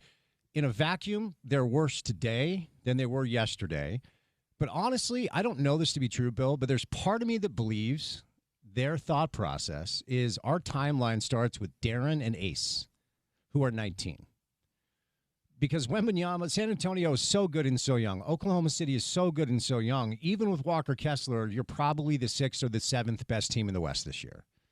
So it's frustrating because the message to the fans continues to be we're playing the long game. But I think they have 2 star players and they're 19 years old. So now what you have is like, okay, we like Larry. We like Jaren Jackson Jr., okay? We like the vets that we have, and we're going to start winning. So now these young players can actually learn to do that. We're not going to win any trophies. Nobody thinks they're going to do that. But as Larry gets into his 30s and Jaren Jackson Jr. is into his late 20s and Ace and Darren are 23, 24, I think that's when they feel like they're going to kind of crystallize the whole thing. And teams need draft picks, and the Jazz now have a ton. So we thought the days of trading their best players for draft capital was over, but the value play, according to them, was too much for them to pass up. Yeah, we'll see how it plays. I don't dislike it. I'm a little neutral on it. Hearing that they like those picks. You never know what the Lakers are going to be, the health of Luka, things like that. But more than anything else, Walker Kessler was never an all-star. Mm-hmm. He was a nice player who also battled some injuries and was asking for pretty crazy money. Yeah, and he's good. I think he'll fit in well with Luka. I think that's a good pairing when you look at what Luka did with lesser centers in Dallas. Walker can catch lobs. He's a good pick-and-roll player. Lakers really haven't had a center since your doppelganger Pau Gasol was my guy. Was the center. My guy. I still feel bad about the Ted Cruz drop, dude, that I laid on you a couple of weeks ago. It was so mean. Oh, you're a better looking guy than Ted Cruz. Thank you. I appreciate that. But the Lakers, Thanks. What? Is that a backhanded compliment? You're better looking than Ted Cruz. I actually used that on a buddy of mine once. I'm like, you remind me of Ted Cruz in a good way. And he was so confused. He's like, are you talking physically? What do you mean? It does kind of sting that you made the Lakers better, because Kawhi gets traded east. Luckily, Jalen stayed back east and Giannis stayed back east. But you don't want to make the teams in your conference better if you can help it. But look, as hard as it is for this fan base to hear, this is a team that is still a number of years away from competing for anything other than a play-in. They just are. Are you all in on U.S. men's national team right now? Yes. Oh, man. And thank you for texting me the highlights of your calls, because it does remind me of like the big RSL moments. You were on the mic for pretty much all of them. And look, you know me. I am still someone who is a little bit of a neophyte with soccer, and I was anti-soccer back in the day. So I have come to love this tournament so much. And it goes away for 4 years. You kind of forget about it. Then it comes back, and, it obviously in the summer window here in Utah without hopefully a baseball team at some point will come. Yeah. You need things to get into, and this has been a really, really, really cool thing. Like, I love every match, because the vignettes before, you learn these stories of these players that some of them came from nothing and like favelas and turned out to be world global superstars. But I've been wildly impressed with the U.S. men's national team. I heard Bruce Arena say today that that's a red card on Flo Balogun. There are some people that believe that actually was. He's the outlier in that then, because everybody else has said it's not. And when you stop it and look at it frame by frame, yes, but that's not what you're supposed to do with VAR. Right. It's not supposed to be slow motion or frame by frame replays. And everybody said there was no intent. Yeah. It was 2 guys clattering, trying to get the ball. And it wasn't even a yellow in real time. Exactly. That's the thing. The referee didn't think anything of it in real time to even issue more than just a foul on the play. Yeah, and you and I used to debate, like we did radio before replay was the thing. Yes, we and did. We'd always say, well, wait a second. If we can see the call on our couch, the ref should have the ability to have somebody with a monitor say, wait, you got that wrong. It's all good. You did your best. Good job, ref. But I've got the monitor here, and you got it wrong. What's the point of replay or VAR if you're just going to get it wrong? Because, and I've always believed this to be true, outside of some sort of like, here's a throwback for you, Marcus Mondaini breaking Javier's leg. Oh. Outside of something like that, right, a red card is so punitive. And on the world stage, when the U.S. has an opportunity to go to the quarters for the first time since 2002, and you take away their best striker, right, it feels so punitive. Like, okay, red card, again, I don't think it was a red, but okay, it is. You pulled the card. Sit for the rest of the game, and I don't know, maybe a half, but not even that. Like kind of like you do with targeting in college football. Yeah, exactly. I mean, I don't know. And there's no appeal process. There should be an appeal process. I heard somebody earlier today on one of the shows out in the background, he said maybe FIFA will do the right thing and rescind this. And I said, I don't think FIFA's ever done the right thing ever in history about anything. Well, with a bribe, perhaps. Much like the IOC, FIFA can be bought. That is true. Everyone does have a price. Yes, so they we'll have see shown that. if this. You and I were there for the greatest moment, Real Salt Lake history in Seattle. I don't think that there could be a better venue for sure for this. Well the said. Greatest. I mean, we've seen over the years there are very few places for World Cup qualifiers that's a home field advantage for the United States when you're playing a Mexico or somebody like that. Yeah, this will be a definitive home field advantage. Everything aside from the Balogun Red will be on their side. I completely agree. It is the best city for this, and hipsters, dirty hipsters, love soccer. so the Seattle fans will be there in full force.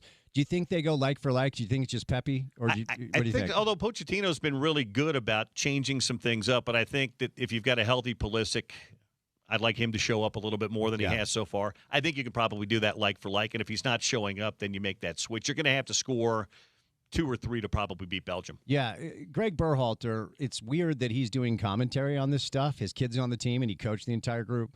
But he gave a pretty good breakdown earlier today on how they're not necessarily utilizing Christian. Because when he gets the ball at his feet, his dynamic movement, I don't know that we've ever had a player on our team that can do what he does. And you can see that he strikes fear in the defense. And he's out wide left, and I get why, because you want him cutting in. But I wouldn't mind seeing, because I really like Tim Weah, and I don't know that Pochettino likes him much. I wouldn't mind seeing Weah take Pulisic's spot and then put Pulisic as that kind of false nine, but we'll see. Yeah, Weah was pretty bad in the one appearance that he's made so far. By the way, Tim Ream will feel very at home in Seattle. Yes, he will. Doesn't he look like he could be at the corner cafe? Absolutely. Yeah, a little matcha latte, potentially, listening to some Death Cab for Cutie B-sides. Yeah, watching some soccer. Probably the twin brother of your producer, Porter Larson. You know, he has cut his hair.